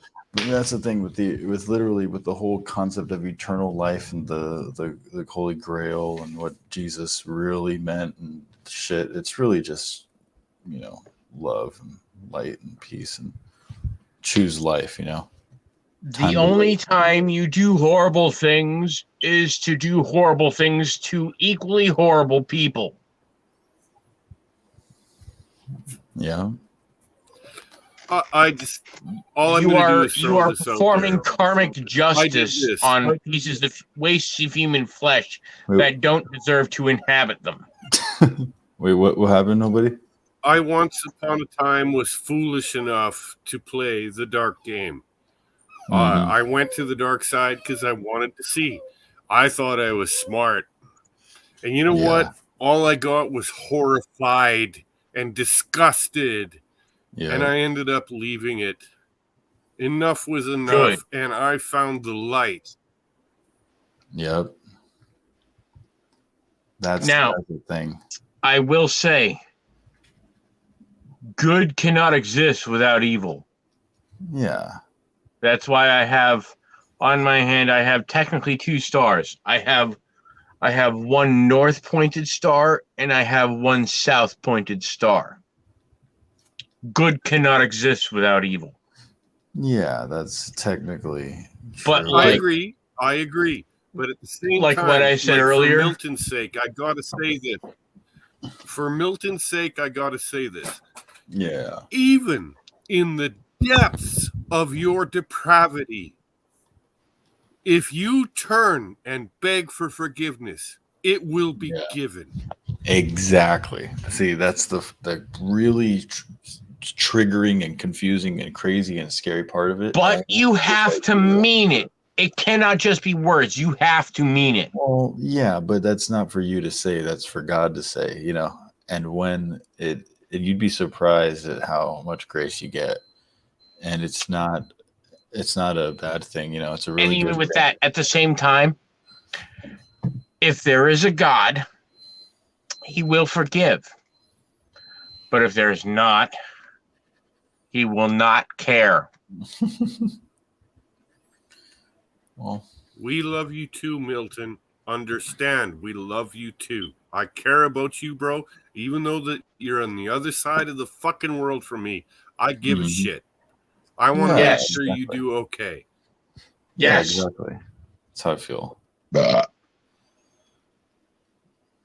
I belch in your honor.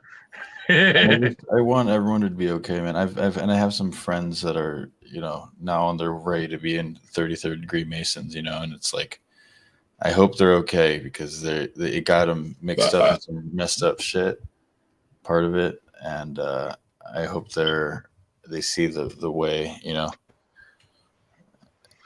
Well, I wasn't lying to you, Cool Skull. I went deep into the biker world, and it got really dark. Oh yeah, Really dark. I I am not proud of those years. Not at all. Not now. Yeah, man. That's yeah. I have a friend of mine that he wanted to work on some projects with me, and I think he was in the Bloods, Hell's Angels, and now he's a Mason and all that. But he's a mayor of a little town out in Nevada now, and really small town, like literally like 300 people. But he was, Are you guys he seeing what Milton is texting right now? Oh, let's see. Milton is basically calling into existence a guardian angel for two friends. I'm assuming two friends of his. Well, that's good. That shit helps. It does. Yes. I wish I had the ability to affect that kind of an outcome, because I've had a few friends of mine commit suicide, and I'll never talk to them again. Ginger, straight up, I've had 5 of my friends kill themselves over the years, and it's crushing. It is. Yeah. I cannot understand it. I've seen this happen so many times as I've gotten older, and it's like, why? Yeah. There's not another party. There's not another dance to go to. Come on, is there nothing that makes you happy? Yeah. Exactly. That's the Phil I went to school with, most of them I went to school with, but I mean, I went to school with this one dude. I even worked with him. Him and I were really, really good friends. I've known him since I went to junior high. And sometime after graduation, I mean, I kind of lost contact with him. Of course, we had never exchanged phone numbers or anything like that. But, I mean, I would have hoped he'd kept me in his thoughts. I kept him in my thoughts.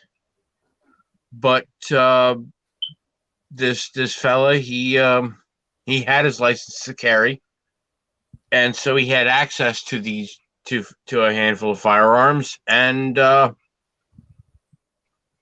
he used one to dispatch himself, to relieve himself of some mortal coil, if you will. And it kills me because this dude was funny as fuck. He was a great kid. Fucking, I don't mean to be just like so crass with it, but he used his license to carry to plug himself in the fucking head with a handgun. Yeah. When I was, and I'll never speak to this kid again, and I miss him fucking to this day. Yeah, when Kid was funny as fuck. He's this tall little fucking beanpole. Fucking. He was more Viking than I am. I mean, he was like fucking 6'2". He was like up to here on me. Tall fucking blonde beanpole. Funny as fuck. He would have had the lot of y'all in stitches. That loved his Harley, loved his family. We always all got along. And then I got the news that he hung himself with a fucking extension cord in a room. Geez. And I still don't know why he did it. God damn. Well, I mean, it's like what they say. The happiest people have the most persuasive demons. Well, yeah. Well, see, here's the thing. Energetically, I've been to some weird places, you guys. Some fucking dark. Oh, so have I. Guess what? They literally are allowed to, if you are, choosing some sort of demon to follow or some sort of ego to follow. They have fun, like putting thoughts in your head, So be careful if you're really choosing the path. But I had a good buddy of mine when I was young, because when you're young in Hollywood, you got to find anywhere to make friends and to fucking find a place to live, because it's really expensive. Odin. And I was homeless when I was growing up, so I didn't have any connections, and I met I'm 30 now. Well, I'm turning 30 in this month in March. Lucky you. But when I was 19, a good buddy of mine, Billy, he let me stay at his monster store. He made monster costumes. Nice. And, he made like monsters for Starship Troopers 3. I don't know if anybody even knows that one. I'm familiar with Starship Troopers. But the third one, it was like the real B one. And then also Devo music videos and shit. So he would do a lot of crazy stuff, and we would make Alien and Predator costumes to pay the rent. But I unfriended him and kind of stopped hanging out with him because he was just way too crazy after a while for certain reasons. But when he was killed himself, quote quote, it was interesting because he fucking was shooting up heroin and speed, and he ended up raping a girl who was the daughter of a Mexican mafia lord. So he got every bone in his body broken after he was already binging for like weeks. So he like fucking fell off the roof of his fucking building and had every bone in his body broken. It's heartbreaking. I mean, that's not funny, but god damn. The hard part about it is that it was like you could see his progress going down over years, and there's nothing I could do to help, even though I was there. And that's one of the sad things is like you can see it happening, but you can't do anything. You really, if you try to do something, sometimes it ends up worse or different. It's like it's not up to you. It's up to I've been there. them. I've tried to talk but to different wouldn't exactly necessarily entail worse. I can see where they're going. Yeah. And Jesus. I would have been there, like, slapped the shit out of him. What the fuck are you doing? Wake the fuck up. Yeah, and Andy Dick showed up to his funeral. But it was fucking but that's the time I met Glenn Danzig and fucking Lemmy. I sort of understand it. I was supposed to be. I don't understand it at all. I mean, I had a friend of mine who was a fucking heroin addict. Hold on, Ginger. Yep. Wait, hold on. What happened, nobody? I'm a little.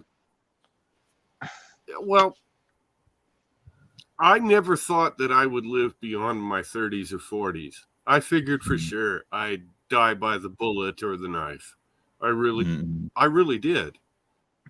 And when I see people take their own lives, and they haven't even tried to do anything for themselves, it bothers me. It really does. Yeah. Exactly. And I'm trying real hard and I haven't killed myself yet. But I'm still trying. Odin bless you, man. Thanks, man.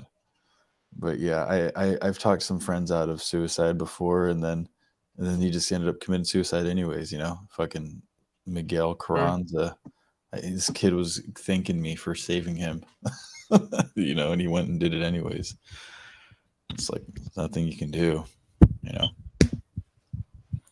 I do love everyone. Again, the happiest people in the world have the most persuasive demons, man.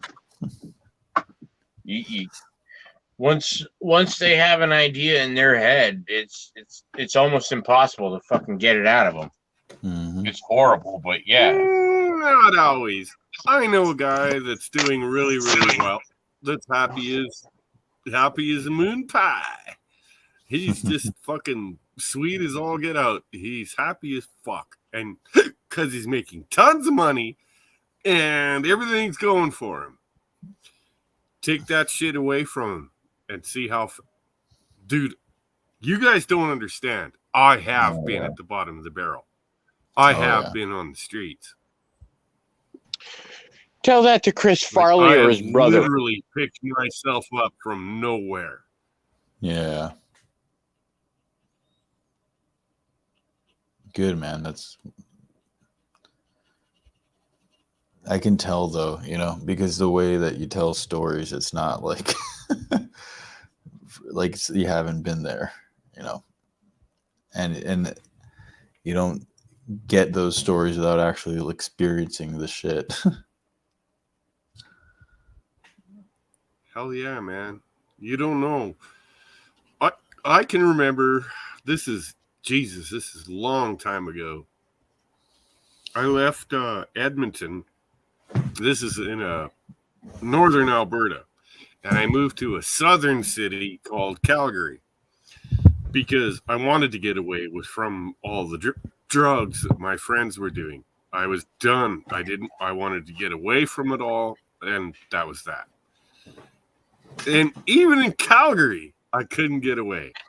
I had people coming at me, offering me the shit constantly, man. Damn. Like, there was just no end to it. It didn't matter where I ran. I actually, believe it or not, guys, I had one wicked meth habit. Oh, wicked meth habit. And I ended up, how it started was I knew it's a little like Breaking Bad.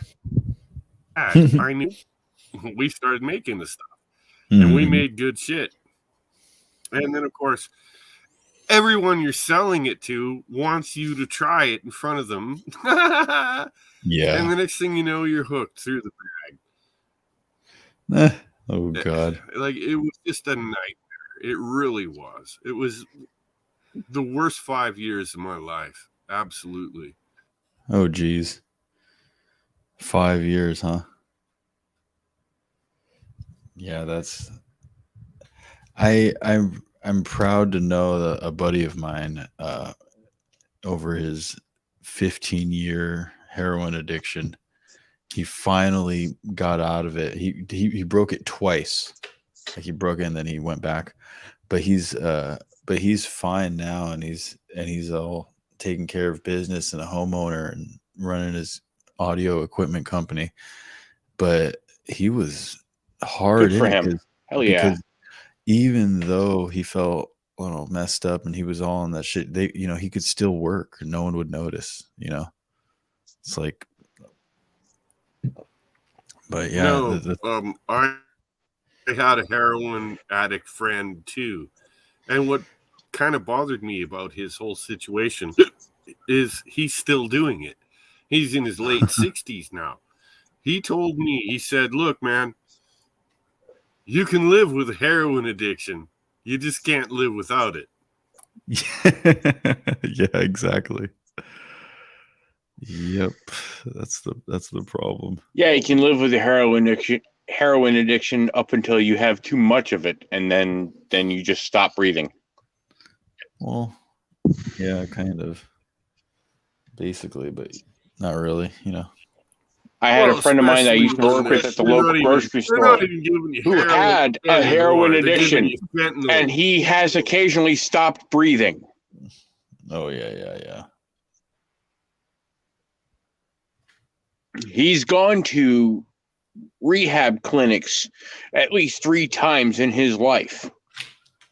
I told him after the second time, if I found out that he fucking got put back into a fucking clinic, I'd come find him and beat the ever-loving shit out of him. Oh, no. Actually, guys, I might as well spill it. Yeah, go for it. I know a fellow assassin. He has done a lot of work like I have. And he has a wicked heroin addiction. I honestly don't know how he carries on. But yeah, he does. So he's a wet work assassin. Damn. Does it help you do that job? Yeah. Yeah, I could imagine. And he's in his late 50s like I am. No, now in my case, I only take on fucking jobs that have some morals behind them. Yeah. Yeah. You gotta summon the Dark Lord before you go do his bidding,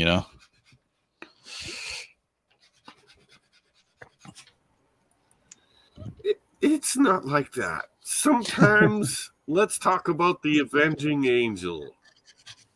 Yes. Every now and again, someone really needs to learn a lesson. And Oh yeah. well, god damn it, I'm just the guy to give it to them. Oh yeah. Yeah, there I are can't some think of his guys. name for the life of me, but it's essentially the same angel that, well, again, not to get nerdy, but it's basically the same angel that the Ghost Rider was based off of. I told you guys. I swear to If God, I'm not I'm on a mistaken. mission from God. Mm-hmm. The things Sure, I man. do in the sake of morality and Mm-hmm. decency. Yep. That's good. Yeah, because there's a whole group of people who are involved in the weapons manufacturing in the Pacific Northwest that have really organized groups where they will just do the worst things. And I've dated some females who had some Jesus, horrible you experience. ain't shitting. But the I'm things part that of your Pacific Northwest nightmare. I oh really yeah, am. It does reach this far. that's And yes, I know. yeah, exactly. They're all like fucking really doing terrible stuff to their own family and their own children, you know. And Now, the not to stuff get that theological on the doesn't get both of y'all, reported but is let me horrible. ask you guys a question. If someone were to have horrible thoughts, like just absolutely just vile thoughts, but had the ability to not act on them, would that make that person good or evil? You are not your thoughts. That's you got to remember that. That's just something very important to Yeah, remember. you are not your thoughts. You are made of your actions. Your actions are what condemn you. Yeah. Yeah, so just remember that because I've had all kinds of thoughts go through my head, but thoughts are visitors. Thoughts are like wind, you know. You don't know where it's coming from, where it's going, but it'll pass. And I've had So kind of all like how Constantine described how like a fart in the forest. It's here and it's gone. yeah, for the forest. But yeah, that's what I would tell them. I've told all my friends who. So like how Constantine described God and the devil had a wager on the souls of all mankind. All they could do is influence it. It's basically up to the person to act on that influence. Yeah, exactly. Something like that. Yes? That's right. That's right. It's true. Okay. You do not have to be evil. That makes me feel good. You must choose to be evil. Precisely. So even with this vice, now wait a sec. I want to back this up. Every now and again, I'm not an evil person. Sometimes the good people have to do some ungodly, brutal, bloody things. Exactly. In order to balance things out. It's just the way. Like my boy Frank. Like my boy Frank. Yeah, man, that's totally true. Some people, and because nobody, you know who Frank is, right? Mm-hmm. Please tell me you know who Frank is. Who? Frank Castle.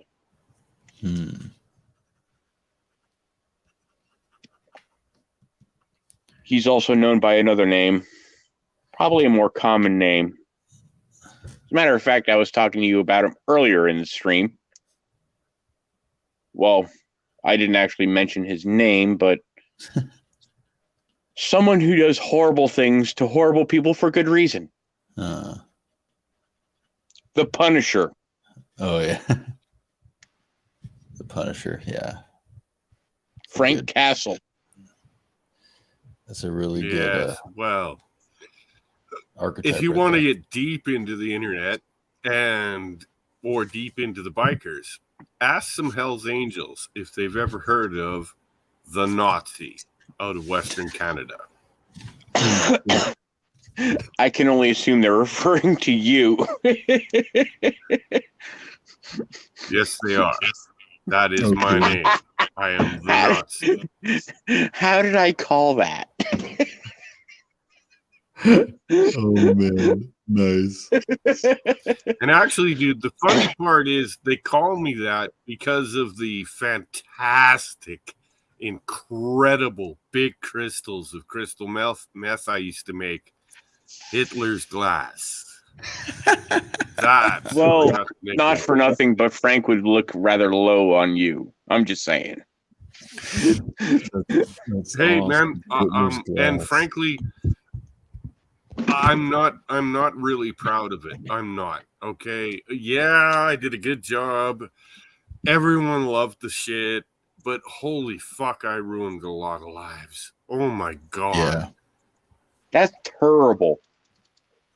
That's not even terrible. That's terrible. Yeah, it broke me. It broke me.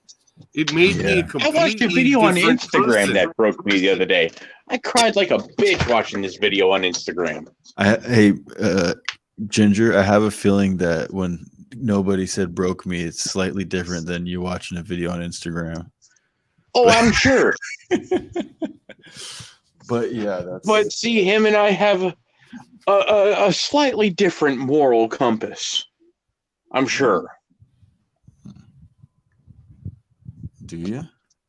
The video I'm referring to had a dog that was starving to death on the side of the road.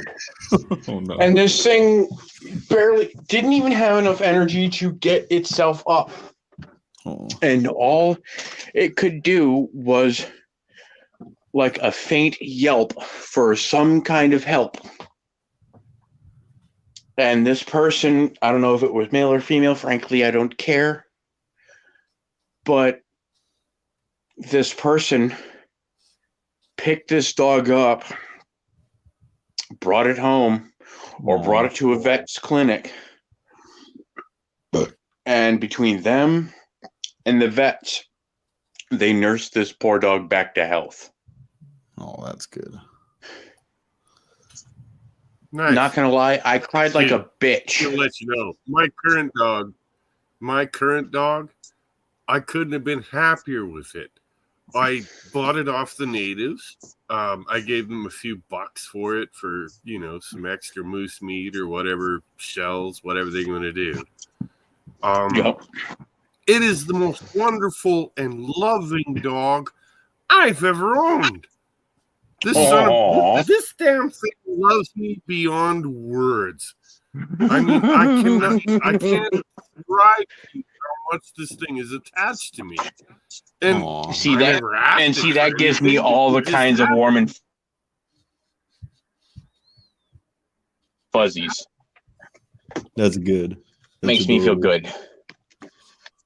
Yes. But yeah, this video I watched, it's stupid, but this video I watched on Instagram the other day fucking broke me. Again, I cried like a bitch watching this video. Because this poor dog, it did not have a muscle in its body. It was skin and bones. It was on the verge of death. Oh, poor. Yeah. And this poor dog, it was just disgustingly filthy, just covered in mud and gunk and just, it was horrible. It was hard to watch, honestly. Worse than any kind of like all this fucking Hollywood bullshit where you watch some poor bastard getting ripped apart by God only knows what. No, this was worse. And I gotta answer. It's the real shit that gets a Vatican bishopric satanic Jesuit order. You are broken and soulless. I agree with you. The Catholic Church is the fucking devil. Exactly. See, that's why. And this is why I'm not a member of organized religion. I would prefer paganism over organized religion. I don't take anyone very seriously when they're practicing like the satanic church or the Church of the Levian Satanism. Like, okay, cool, that's nice, good, go do your cosplay and shit. But honestly, I realize that the Catholic Church is the Church of Satan. Yes. That's where the motherfucker is at. Okay, you know you can do all Nothing your, against you, Pete, but yeah, no. well, not against. I don't know, not And against. You know, but yeah. pushing it along is the demonic fucking alliance of the Talmud, not the Mhm. Torah, not the good Yep. Jews, the Talmud. Yep, And that we're talking weird, about fake edited book. Ashkenazi Jews that come out of Russia. They are not even Mhm. real Jews. They are vicious demons, and you need to stay away from them. Oh yeah, the Khazars. Yeah. By chance, any of you know who Tiamat is? Oh yeah. I not do. specifically, Tiamat is the 9th planet that sailed through here and destroyed our world and created the moon. Is that what you're talking about? Or are you talking about Tiamat, the early god of the, oh God, what are they called again? One of the first civilizations that ever had writing. Sumerians, I think. It's Well, Sumerians. the Sumerians. Tiamat Thank that you. I'm aware of is an elder dragon. Oh, nice. Damn, this Tiamat film. No, it's not, is the dude. god of You know what dragons. it is? Tiamat was a big fucking rock that came through our solar system and struck the earth. It hit it so fucking hard that it actually broke a piece off and created the moon. You think that's also what created the Kuiper Belt? Yes. There was a planet there. Tiamat Yeah. destroyed it. And Yeah, if I'm you pretty look That's at, not surprising. If you look at the old manuals, they say in their old texts that Tiamat was the destroyer. It came through and it wrecked everything. Yeah, I'm pretty sure there was the Aborigine tribes that were talking about that there used to be a time before the moon that they remember, supposedly. I would assume that was right before that. Oh, so do the As Africans. stupid as it sounds, the only the reference to Africans. Tiamat I'm aware of, The again, like I Africans said, talk is about the The Tiamat god of Africans dragons. actually, dude, there is actually a bunch of African knowledge that says the moon was towed into orbit and there are people living there. Check it out. Yeah, the Dogon Check it tribe, out. I ain't lying. Yeah, that's I want to go there then. I've literally heard that. I don't know what it's going to take, but I want to fucking go there. I always think it's amazing how the Dogons and the Ethiopians, and they're so like intellectually aware and spiritually aware about shit. And they come to America and they kick ass. They're like the most like incredible immigrants to America ever, and they like are nothing like the American blacks that are all here populating everything. Just racist. No, but they come from like a very robust culture, though. Like that fucking whole Dogon. Well, no, the truth is a lot of them come from abject poverty. And Yes. yet, when they hit your nation, they're able to uplift themselves to enormous heights. Yes. Right? Yes. Exactly. Well, ask yourselves, and I don't mean to be a cunt, but ask yourselves, why do so many blacks have this problem? Why can't they uplift themselves? You know what? When I used to work at Walmart, I met a handful of fellas who were born and raised in Africa, and they worked for Walmart, and they were some of the most hardest working motherfuckers I've ever fucking met. They actually earned my fucking respect, because I can't stand most people, because most people of even my generation, nobody your generation, and Cool Skull, I know you're a bit younger than me, but not by much, but people of your generation, my generation, and even nobody's generation, some of the laziest motherfuckers I've ever met. But these fellas from Africa who have, like nobody you said, they came from fucking nothing. They came to this country and would bust their fucking asses to make something of themselves. Those motherfuckers have my fucking respect. Well, yeah, there's and that's right. You guys don't understand. I was saying this earlier. People, what I've found is there's a handful of people from Africa that want to come here and be free and work their ass off. And Yeah. I've met some of them. Oh, absolutely. And I know them. Oh, yeah. And they're good people. And they will And break they their work fucking hard. back to make it happen. But God bless them for that. overall, the immigrants, what I find is the immigrants that come in here that really want freedom and really want to work are Filipino, and they're believe it or not, they're from the Middle East. Most of them just want to get the fuck away from the bullshit in their own countries. Yeah. And come here and make some money and get ahead. And We I had a love gas them. station. I love them for it. Before I moved to where I am currently now, we had a gas station up the road from my parents' house, like kind of right around the corner. And I mean, it was a hole in the wall gas station. It had changed owners more times than I can fucking count. But the last group of owners before the gas station itself just finally through state regulations, they had to shut the place down because the current owners could not afford to have the tanks dug up and replaced. A bunch of Middle Eastern fellas who were literally just there to try and make some kind of fucking effort to better their lives. But because, again, state regulations, they had to dig up the fucking fuel tanks that were fucking storing the fuel for the gas. They couldn't do it, so they just said fuck it and fucking moved on to another place. I haven't seen them since, but yeah, the place is pretty much become an empty lot now. And local law enforcement just uses that place to just kind of sit there and wait for some idiot to go fucking flying up the road. The gas station itself has been. My mouth about this.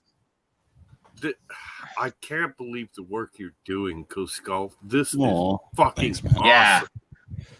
Yes. Damn. Thank you very much, man.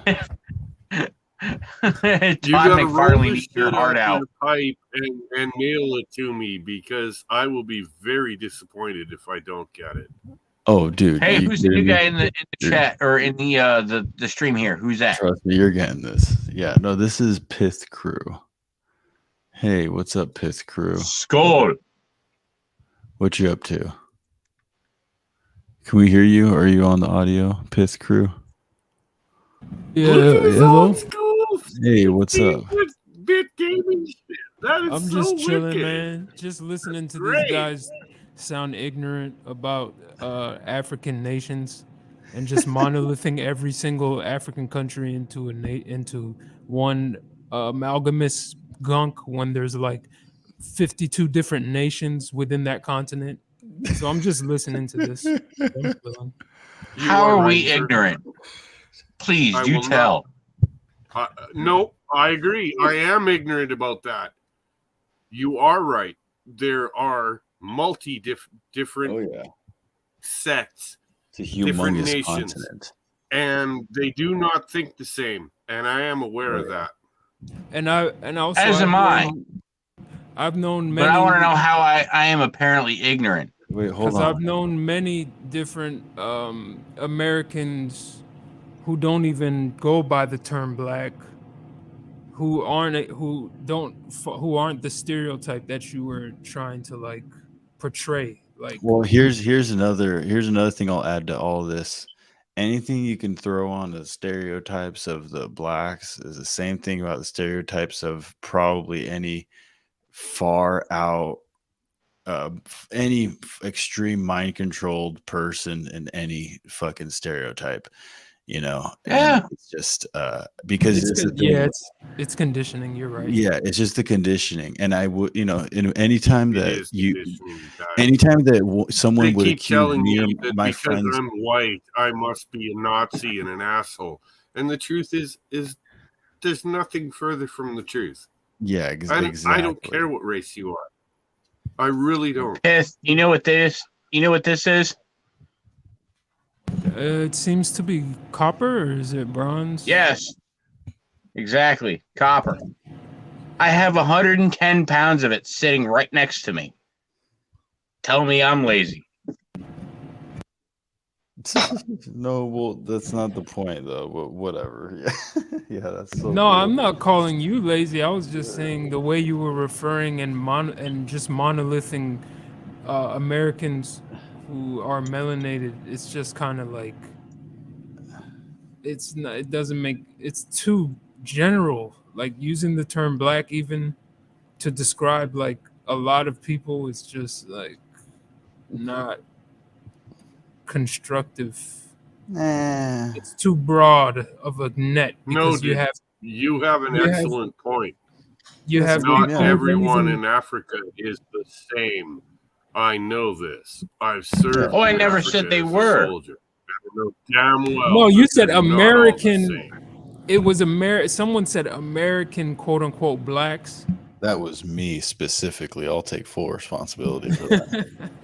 All right, I feel you. You know, I mean, because that's the thing. It's like, you got to realize I'm coming from the fucking Mexican side of things. These motherfuckers are just as stupid, but guess what? We have very strong and weak points of our own cultures, you know, and we got to accept the parts that are. Wait, what's really that say? troublesome, Rise. You know, Rise and what? Rise what? Pie there. He's Look, got I something think on. the one thing that we all have in common is we're sick and tired of a bunch of fucking political elites telling us what Yes. to do. Exactly. Yes. It's more And I important think than we anything. can all Telling get us along what on we that. should and Can we should not believe. Fucking even the concept of racism is mind control. That shit's fake. It's a fake word. You know, it's There is one Exactly. race on this planet. It is called the human race. and anytime we Yep. got That's hate, right. it's just We're hate all the and love. same. Look, I got news for you boys. If I fucking blow a big ass bullet into you, you're gonna cry for mama. I don't give a shit if you're white, black, Mexican. I don't give a Yeah. fuck what color you are. You're gonna cry for mama, and then you're gonna cry for God just before you die. Just like everyone. I'm gonna scream, I'm telling! Mama, he hurt me!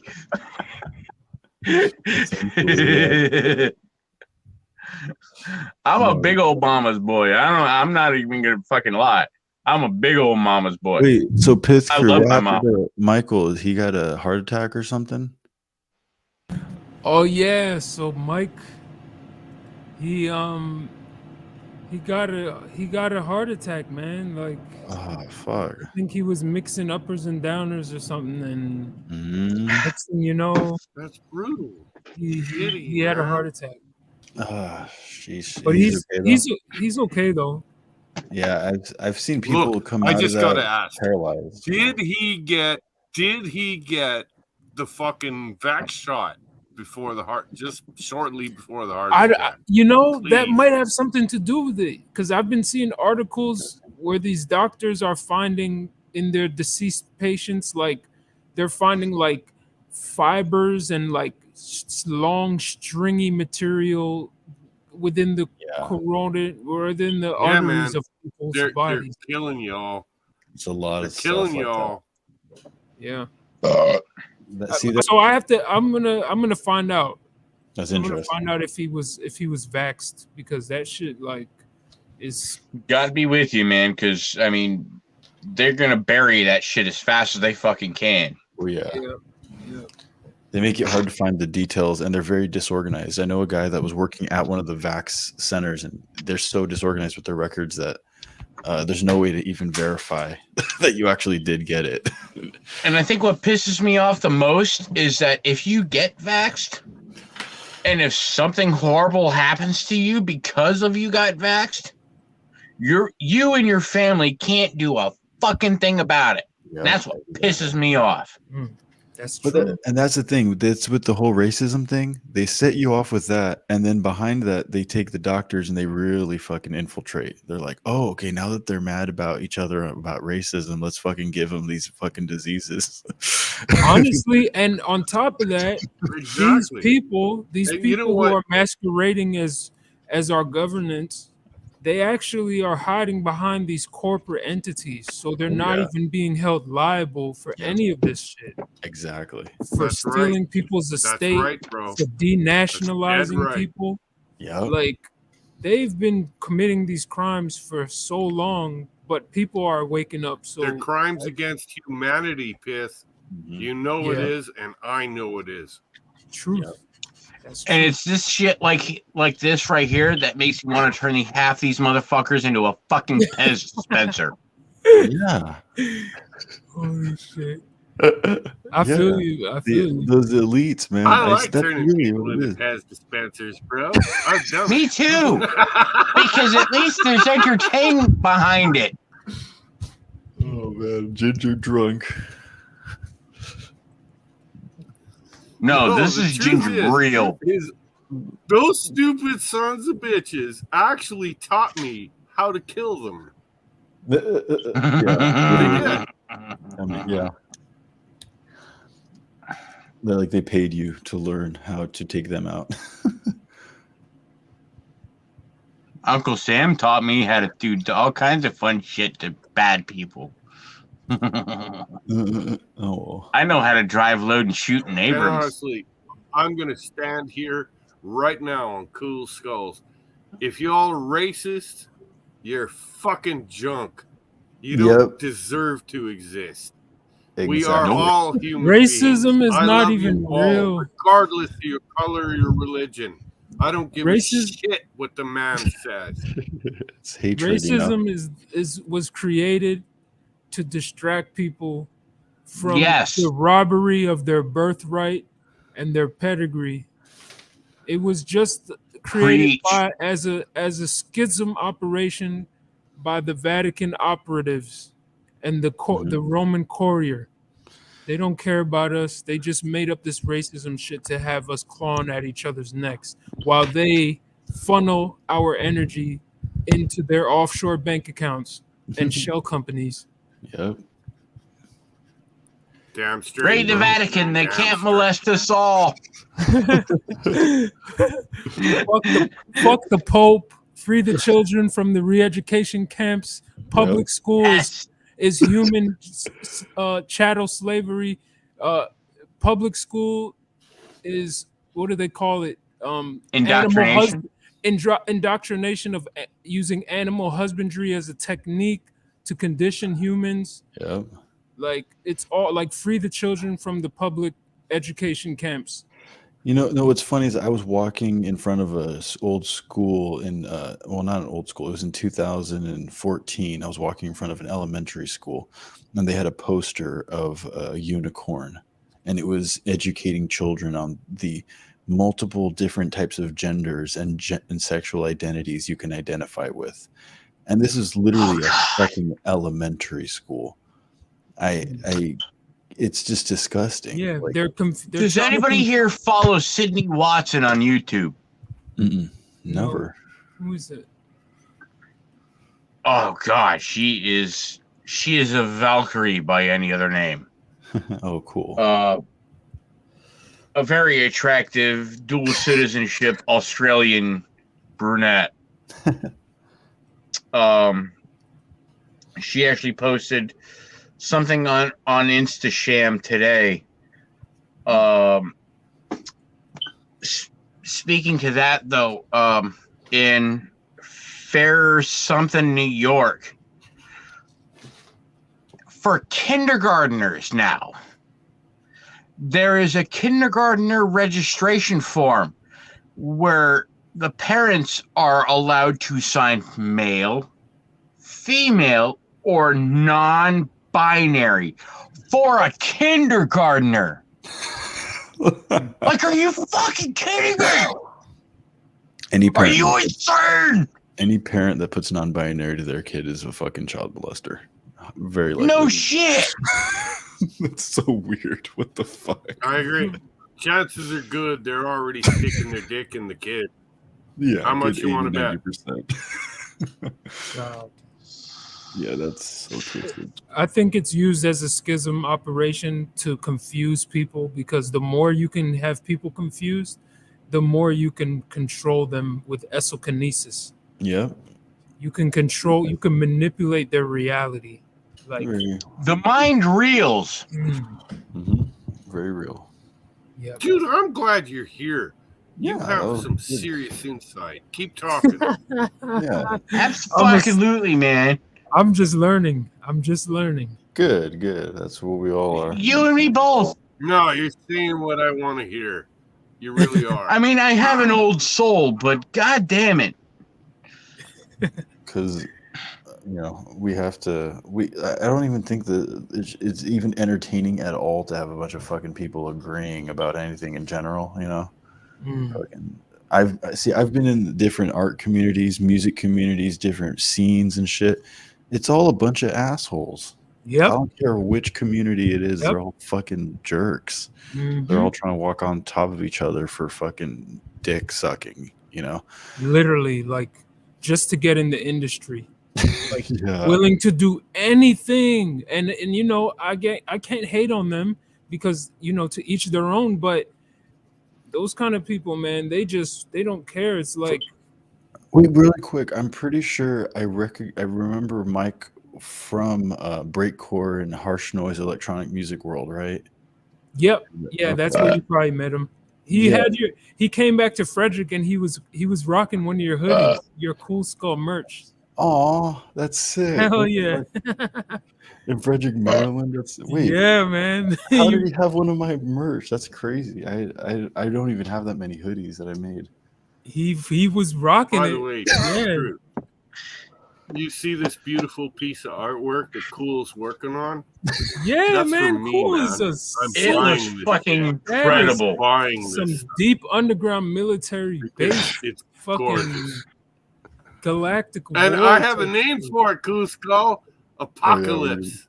Apocalypse. Fitting. Very fitting. Hey, Pyth, do you by chance follow any I guess mainstream YouTubers?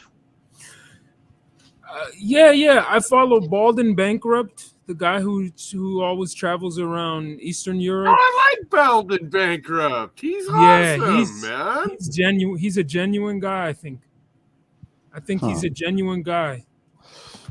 Have you ever heard of Neebs Gaming? Neebs? No. What is that? A gaming channel? All right. Did you ever play any Battlefield? No, I never got to play Battlefield. I got to play Riven. I got to play I never played Battlefield. I'll preface this by saying the channel I'm referring to got its start on Machinima, making a sort of like web series called Battlefield Friends. And when Machinima went under, they were they were one of the many talents just kind of like left out the pasture, kind of fucking just hanging out in the breeze. Well, the fella that created the gaming channel I'm about to refer to is essentially the guy who created the whole group. The channel's name is Neebs, Neebs, Neebs Gaming. They created Battlefield Friends. It's basically just like a parody series that's made to make fun of the Battlefield franchise. Not really make fun of, but just kind of poke fun at. Like, hey, Battlefield, this game is fucked up. You guys should fix this. And they just kind of poke fun at it. Like when Battlefield 4 launched, I mean, it was a horrible, horrible game. It just played with glitches, just like 2042 is now. Is it really? That's funny. The glitch-tastic game. You don't know, Cool Skull. Battlefield really blows. It's terrible. I'm sorry. The new Battlefield game blows. Because, again, it's plagued with glitches, bugs, and errors. But, all right, so the probably still to this day, the best Battlefield game that had ever come out was Battlefield 1942. Takes place during World War II. Hmm. There are so many mods for that game, it is outlandish. Battlefield 4 and Battlefield 3 and Battlefield 4 are probably currently the two best Battlefield games on the market today. And that's where Battlefield Friends takes you guys place. want to have some fun? It's still in beta, but download for your PC or your console because it's cross-bat platform. You want to play a cool fucking World War II game that you'll die in seconds in? You got to be good. Enlisted. Oh yeah, I have enlisted. I have enlisted. Jesse and I have played it together. And yeah, my ass got chewed into hamburger. Chewed into hamburger. Well, it's not an easy game. Let's be real. It's not an easy game. But thankfully, I have had some time in the tank driver simulator. So at least when I go into the armored class, I know what I'm doing. So that helps. Yeah, I don't really play games, but I played Tony Hawk Pro Skater to no end. That was like my motherfucking shit right there. Cool Skull, I think you might actually like another YouTuber I'm about to mention. Gray Still Plays. Interesting. He has played Skate or Skate 3 or whatever the most recent, Skate 4 maybe even. I don't know, whatever the most recent one is. Or Die. Oh yeah, Skate or Die was a good game. Skate or Die, I remember that game on the NES. Oh my god. But Gray Still Plays had downloaded some mods for some kind of skateboard game, and he didn't exactly know the values of some of the mods that he had downloaded, and hilarity ensued. Gray Still Plays is absolutely, utterly fucking hysterical. I highly recommend it to anybody who loves watching gameplay videos. Gray Still Plays will play a game to break it. Now let me talk to you about real life. I had this friend. His name was Glenn Robinson. He was a black fella. And we hung out because, well, shit, they put our pits between each other at some dirt bike rallies. And I ended up hanging out with him. And the next thing I know, he was my best friend. Because son of a bitch, could that man ride. Oh, my God. Ride what? Like motorcycles? Like the man was born to do it. He could ride a dirt bike like Jesus Christ on a skateboard. Hell yeah. Jesus Christ on a skateboard. Okay. Now that sounds awesome. Now I know what you're talking about. That was nicely put. like nobody knows exactly what will communicate to me. Yeah. That's funny.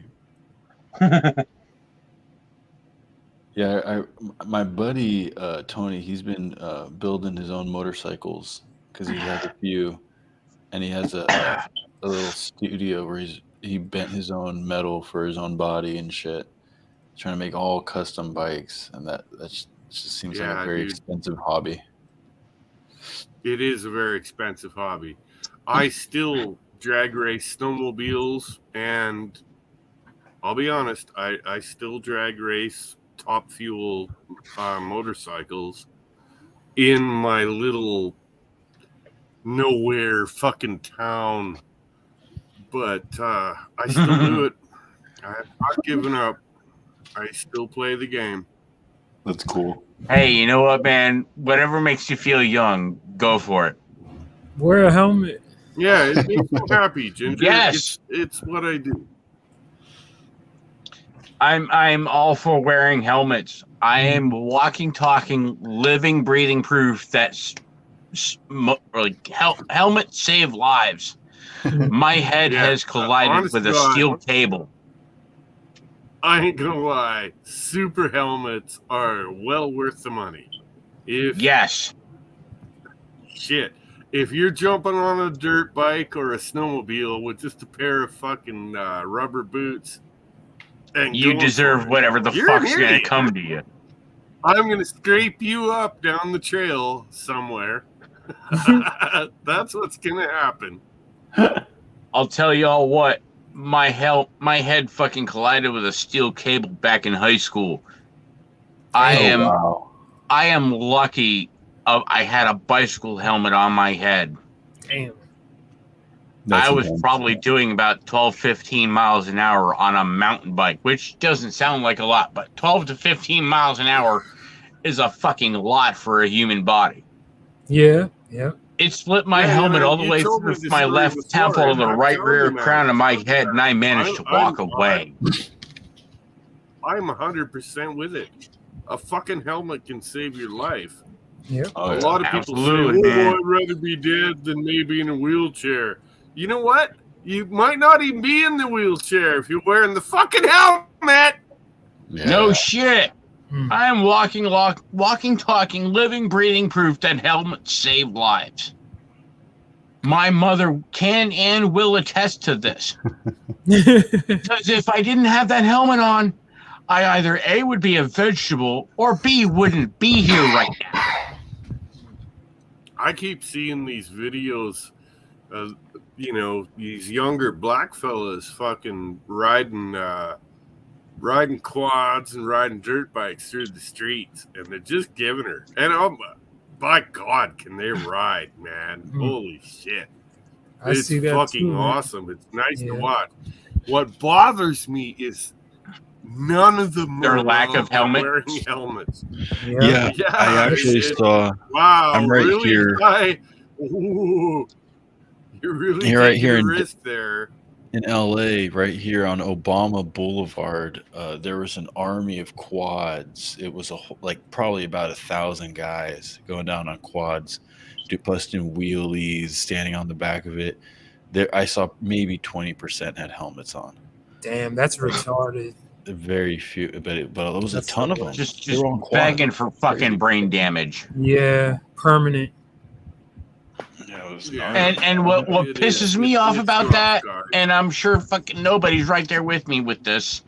What pisses me off about that is that these assholes who pull that bullshit, once they're in the fucking ICU, fucking clinging to life by a fucking incubator, us taxpayers are the ones who are gonna have to fucking feed their fucking asses for the rest of their fucking lives. Well, we feed the military quite a bit of our tax dollars, so I mean, that's nothing in comparison. I agree.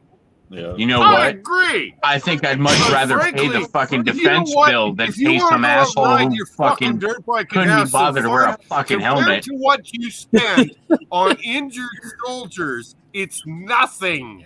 It's nothing. Exactly. Yeah.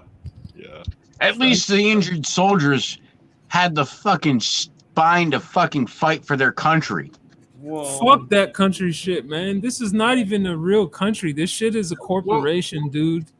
Like, this shit doesn't even exist. It's just a country on paper. Are you willing? It's a country on paper. How dude. about your country's never been under attack? So let me ask you, what the fuck are you doing in other countries, telling them what to do? Yeah, exactly. Think about No, it. what I'm trying to, I feel, yeah, that makes sense. Exactly. Because Intervention. America goes into other countries and just fucks shit up, and then and when another country tries to do intervention, they're like, "What? That's horrible. Why would they do that?" You guys do this all the time. No, It's just this so was my weird that- problem. That's called bringing democracy to as a UN dictatorships. soldier, and what God made forbid. me quit and walk away was the simple fact that I could not stand up and keep taking other people's countries and telling them what to do. Because I knew it wasn't right. It's not right. I know it's a crazy thing bringing democracy to dictatorships. All right, guys. I had so much fun, but I think I'm actually getting tired now. I think I gotta go to sleep. And it's okay, man. It's 4:30 in the morning here on the East Coast. Oh shit, man. Gotta get some sleep, dog. Peace out then. Yeah, dude. Sleep I'm so is happy for the that you came in, weak. Pith Crew. Huh? I'm so happy that you came in, dude. Thanks for having me, It was a man. very exciting conversation. Skol. Skol. We all gotta challenge each other, you know. We can't just be fucking yes man and everything, you know. Challenge is good. It's good. It's good. Yeah. There is no personal attacks. It was all cordial. I definitely like the vibes. So Beautiful. I'm a good dude. Just I can tend to be a little bit of an asshole. Same here. I could be an asshole too. Hey, nobody. You're all So right, I'm gonna finish like this you. up tomorrow. So it's No not worries, quite dude. done It's yet. looking beautiful. I'm really happy by it. I can't wait. I just can't wait. I want to put that Awesome. shit on my wall. Oh, Fuck cool. yeah, man. Oh, dude, yeah. That looks incredible. I'm rolling this up in a tube. I'm still holding to the fact that the dude in the center just like, "Ah!" That's totally me. And then you guys smoking the bong together. Goddamn, let me take this damn camera off. Thanks for having us, man. This is Are my you gonna favorite stream part. tomorrow again, or today later, or not? I'm gonna try to stream more often. I think I'm gonna stream again tomorrow / today. Yeah, Okay, cool. I'm I gonna- might be here for it. because I think that like when I'm working, sometimes I get lazy when I'm not being watched, and I like being watched. You know, so I get more done on stream. Hell yeah, same here.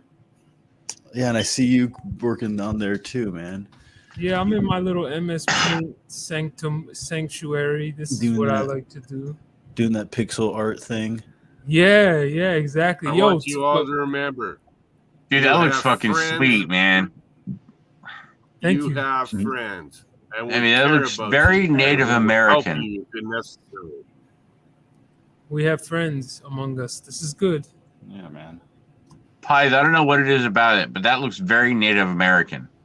This is just the first render. So basically, I plan to like make a mosaic out of it, like buy these little tiles, and then I'm gonna like do this on my whole fucking backyard. Oh, nice. That's awesome. Oh no, dude, you could totally make that into a rug and sell that to a Native American casino. I know of one who would kill for something like that. I'm not even joking. I wouldn't I'd devalue buy my that art. as a rug in a minute. Yeah, Can you do that? that's what I'm saying. I could try. Oh, yeah. I mean, how far are you from like Foxwoods or the Mohegan Sun? What is that? Exactly. Oh, Native American casinos in the state of Connecticut. Oh, okay. I'm on the east. I'm on the northeast. I'm in the DMV, the District, Maryland, Virginia area. I live in the state of Connecticut. Oh, so we're in the same region. Yes. Okay, Connecticut. yeah. So Okay. okay. I'm fucking no word of a lie. You could sell that to the fucking Mohegan Indian tribe or the fucking Foxwoods, like the Mashantucket Pequots, and they would buy that shit because a lot of their fucking carpets look exactly like that. No, but this is it's just like a little mock-up, but it's more than just a rug. It's kind of like I'm trying to like write this language, and the language is going to be You know what like that look good on? That would look symbolic- good right square in the chest of a black t-shirt. Yeah. Yeah, that too. No, but the big idea is to create a symbolic language That's that awesome. consists of these images. Almost like hieroglyphs. Yeah, like hieroglyphs, and they tell a story. But each one of these little symbols stands for a like an element. A word, phrase, letter, what have you. Cool. Exactly. And then when you couple them all together, they tell you an entire story, you know? That's awesome. That's awesome, man. I've Hell written yeah. a few alphabets in my time. Fuck yeah, dude. And that's I really like that concept. All right, guys, we shall stream again soon. Thank you for coming out. Absolutely. Peace out, bros. Peace Okay, out. cool. Thank you very much. Rest man. well, I ladies really and gentlemen. appreciate you showing this artwork. Oh, dude, no Thank problem. everybody. buddy. Bye bye. Yeah, thank you, man. God bless. Peace.